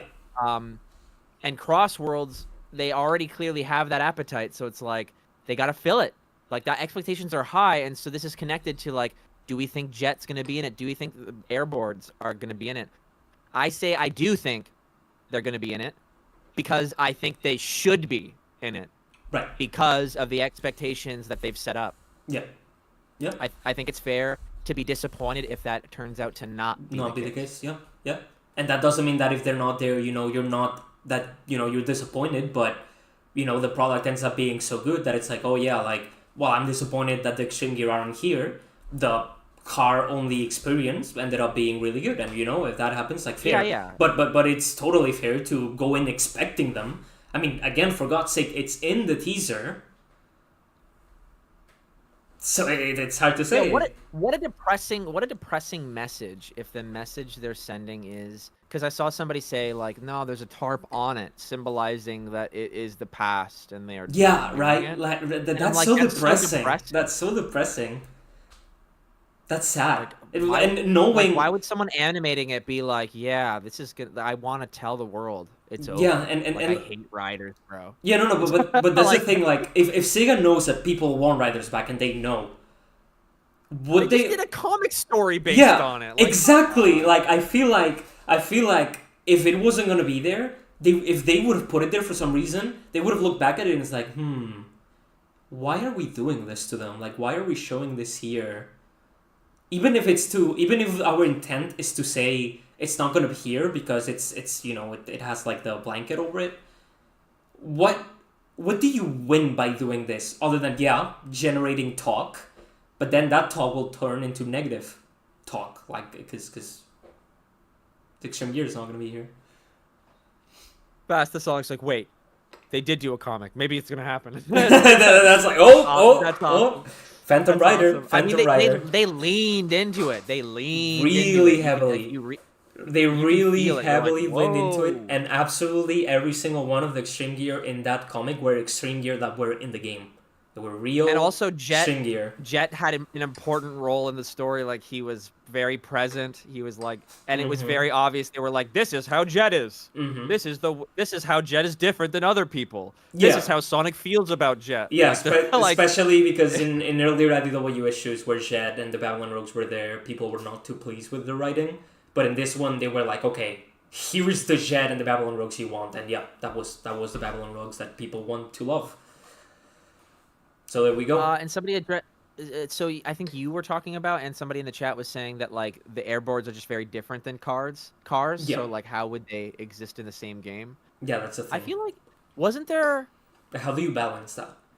It's like they're going to make a couple. Like, what I can see is there being a Rider's World, like you described it, and there's going to be a series of characters that are on boards, and a series of characters that are on cars, and there's just going to be a few categories. I feel like they're going to break it down into categories that make sense for them from a game development perspective, based on like what they probably done in the development process is like, let's list out every character we want as a racer, every character that we think a fan would like want to main, even if no matter how niche.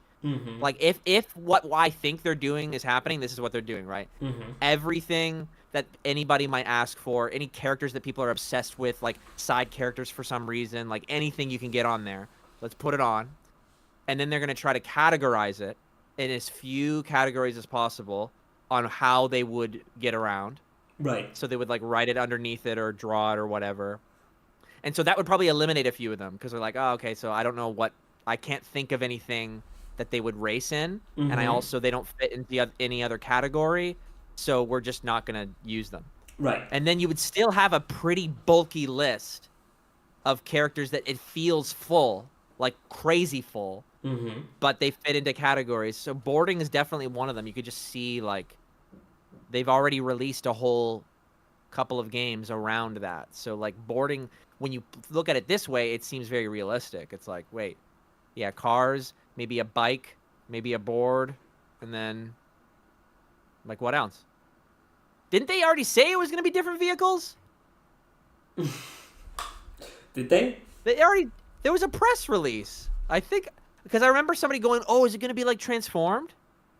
They said, that is something they said. I think they said the vehicles will travel through ground, air, and outer space. Or something like that. Yeah, no, I think what I'm saying is happening. Like, they're trying to. No, Bobnik, there is a press release. They did something. Yeah, ground, Also, sea, air, existing space, and time. See, like existing the being says like running like in Sonic R, and that just made me think of like what if they had low poly Sonic, but like fully from Sonic R, but he controlled like a car because he does in that game. that'd be so funny. I would be so fucking happy. That would be so fucking funny. Oh my god. If he just like is like bulky, like They he have can't the turn model at from all. Gens. It's true. It'd be really funny if, like, in the middle of the race, like, everyone goes into a ring and everyone has low poly versions of themselves on foot, and just like the last half of that race is just on foot, like everyone on foot with low That's poly. funny. That'd be insane. That'd be incredible. But yeah, Yeah, guys. so some people might be on foot. That might be a whole category because they found that it maybe allowed them to include a lot more people. Maybe they Yeah. fell in love with like an idea like what I just came up with, like not the same idea, but like something similar, Mhm. right? Like what it sounds like that's what they're trying to sell us, Mm-hmm. right? Leaning into the imaginative aspect of the community and just celebrating everything that Sonic's got Wait. because the world is paying attention. Yeah, the world is paying attention to the Sonic world, so now's the time to showcase it, to show it off. Worlds. To cross the world. There's your marketing. There you have it. I can't wait to cross some worlds. Can't wait to cross my guys worlds in Sonic Cross Worlds. Let's go. Well, yeah, guys, I feel like we've gone over. I'm pretty happy with did that. it? Yep, we did it. We reached the goal. The boost control is already like a car. Yeah. I mean, if you go to Generations Unleashed, yeah, you're not wrong. Can you imagine just straight up unleashed Sonic and he also just controls? They just give Werehog Sonic. Turn. They just put him in there. Why not, man? Put Werehog and Sonic in there. It's gonna be so slow. He's gonna be like the tanky class, like because they even did in TSR, right? Like you have the class that could punch like things and get different shortcuts. That would be Werehog Sonic. But yeah, I think we're gonna start finishing it off here, unless Chad has something very important to bring to the table, to the class. But yeah, pretty happy with how this went. I mean, again, we haven't streamed in a really long time, so it was just mostly a catch-up stream, talk with you guys a little bit, see what we have to look forward to, and from now on, hopefully we can do some more streams, hopefully soon, and with, different topics. For Professor Tori, that's true, we didn't really talk much about Professor Tori, but I feel like we can do that at some other point, because there's a lot to Professor Tori. I feel like we're getting closer to what she will be or what she'll bring to the table. I mean, that last Tales 2 revealed the name, right? Professor Victoria. So we're getting somewhere. Will this game have a story? I mean, I'm expecting Crossworlds to have a story. If Team Sonic Racing had a story, this can have a story. I mean, yes. But yeah, good stream for returns. Thank you, Halo, and yeah, thank you everyone that has again hung out with us here. It's a pleasure. And we hope to see you guys hopefully soon with some other topic that there's too many in the Sonic world to go over. So Are you gonna ever do a game? You gonna ever play a game? Oh, we're gonna play games. Oh. I think we can play Shadow Generations. I think we can play Ring Racers. I think we can play Sonic Battle R. So many games. There's so many games. Do you think we're allowed? I think we're allowed. You think we're allowed? I think we're allowed. I think I say we're allowed. I pushed my camera Jeez, even with whoa, this slam. You scared me. I don't like angry Dakiii. I'm sorry. I'm never angry. I need to act it up when I'm angry. Oh. See you guys. Right range. Whoa. Bye. I will go before I get real angry. Before Kakarot Dakiii comes here. Goodbye, everyone. Take care and don't get angry at Sega, Sonic, or your family members, or anyone. Spread love. Look Goodbye. after yourself. And cross your worlds.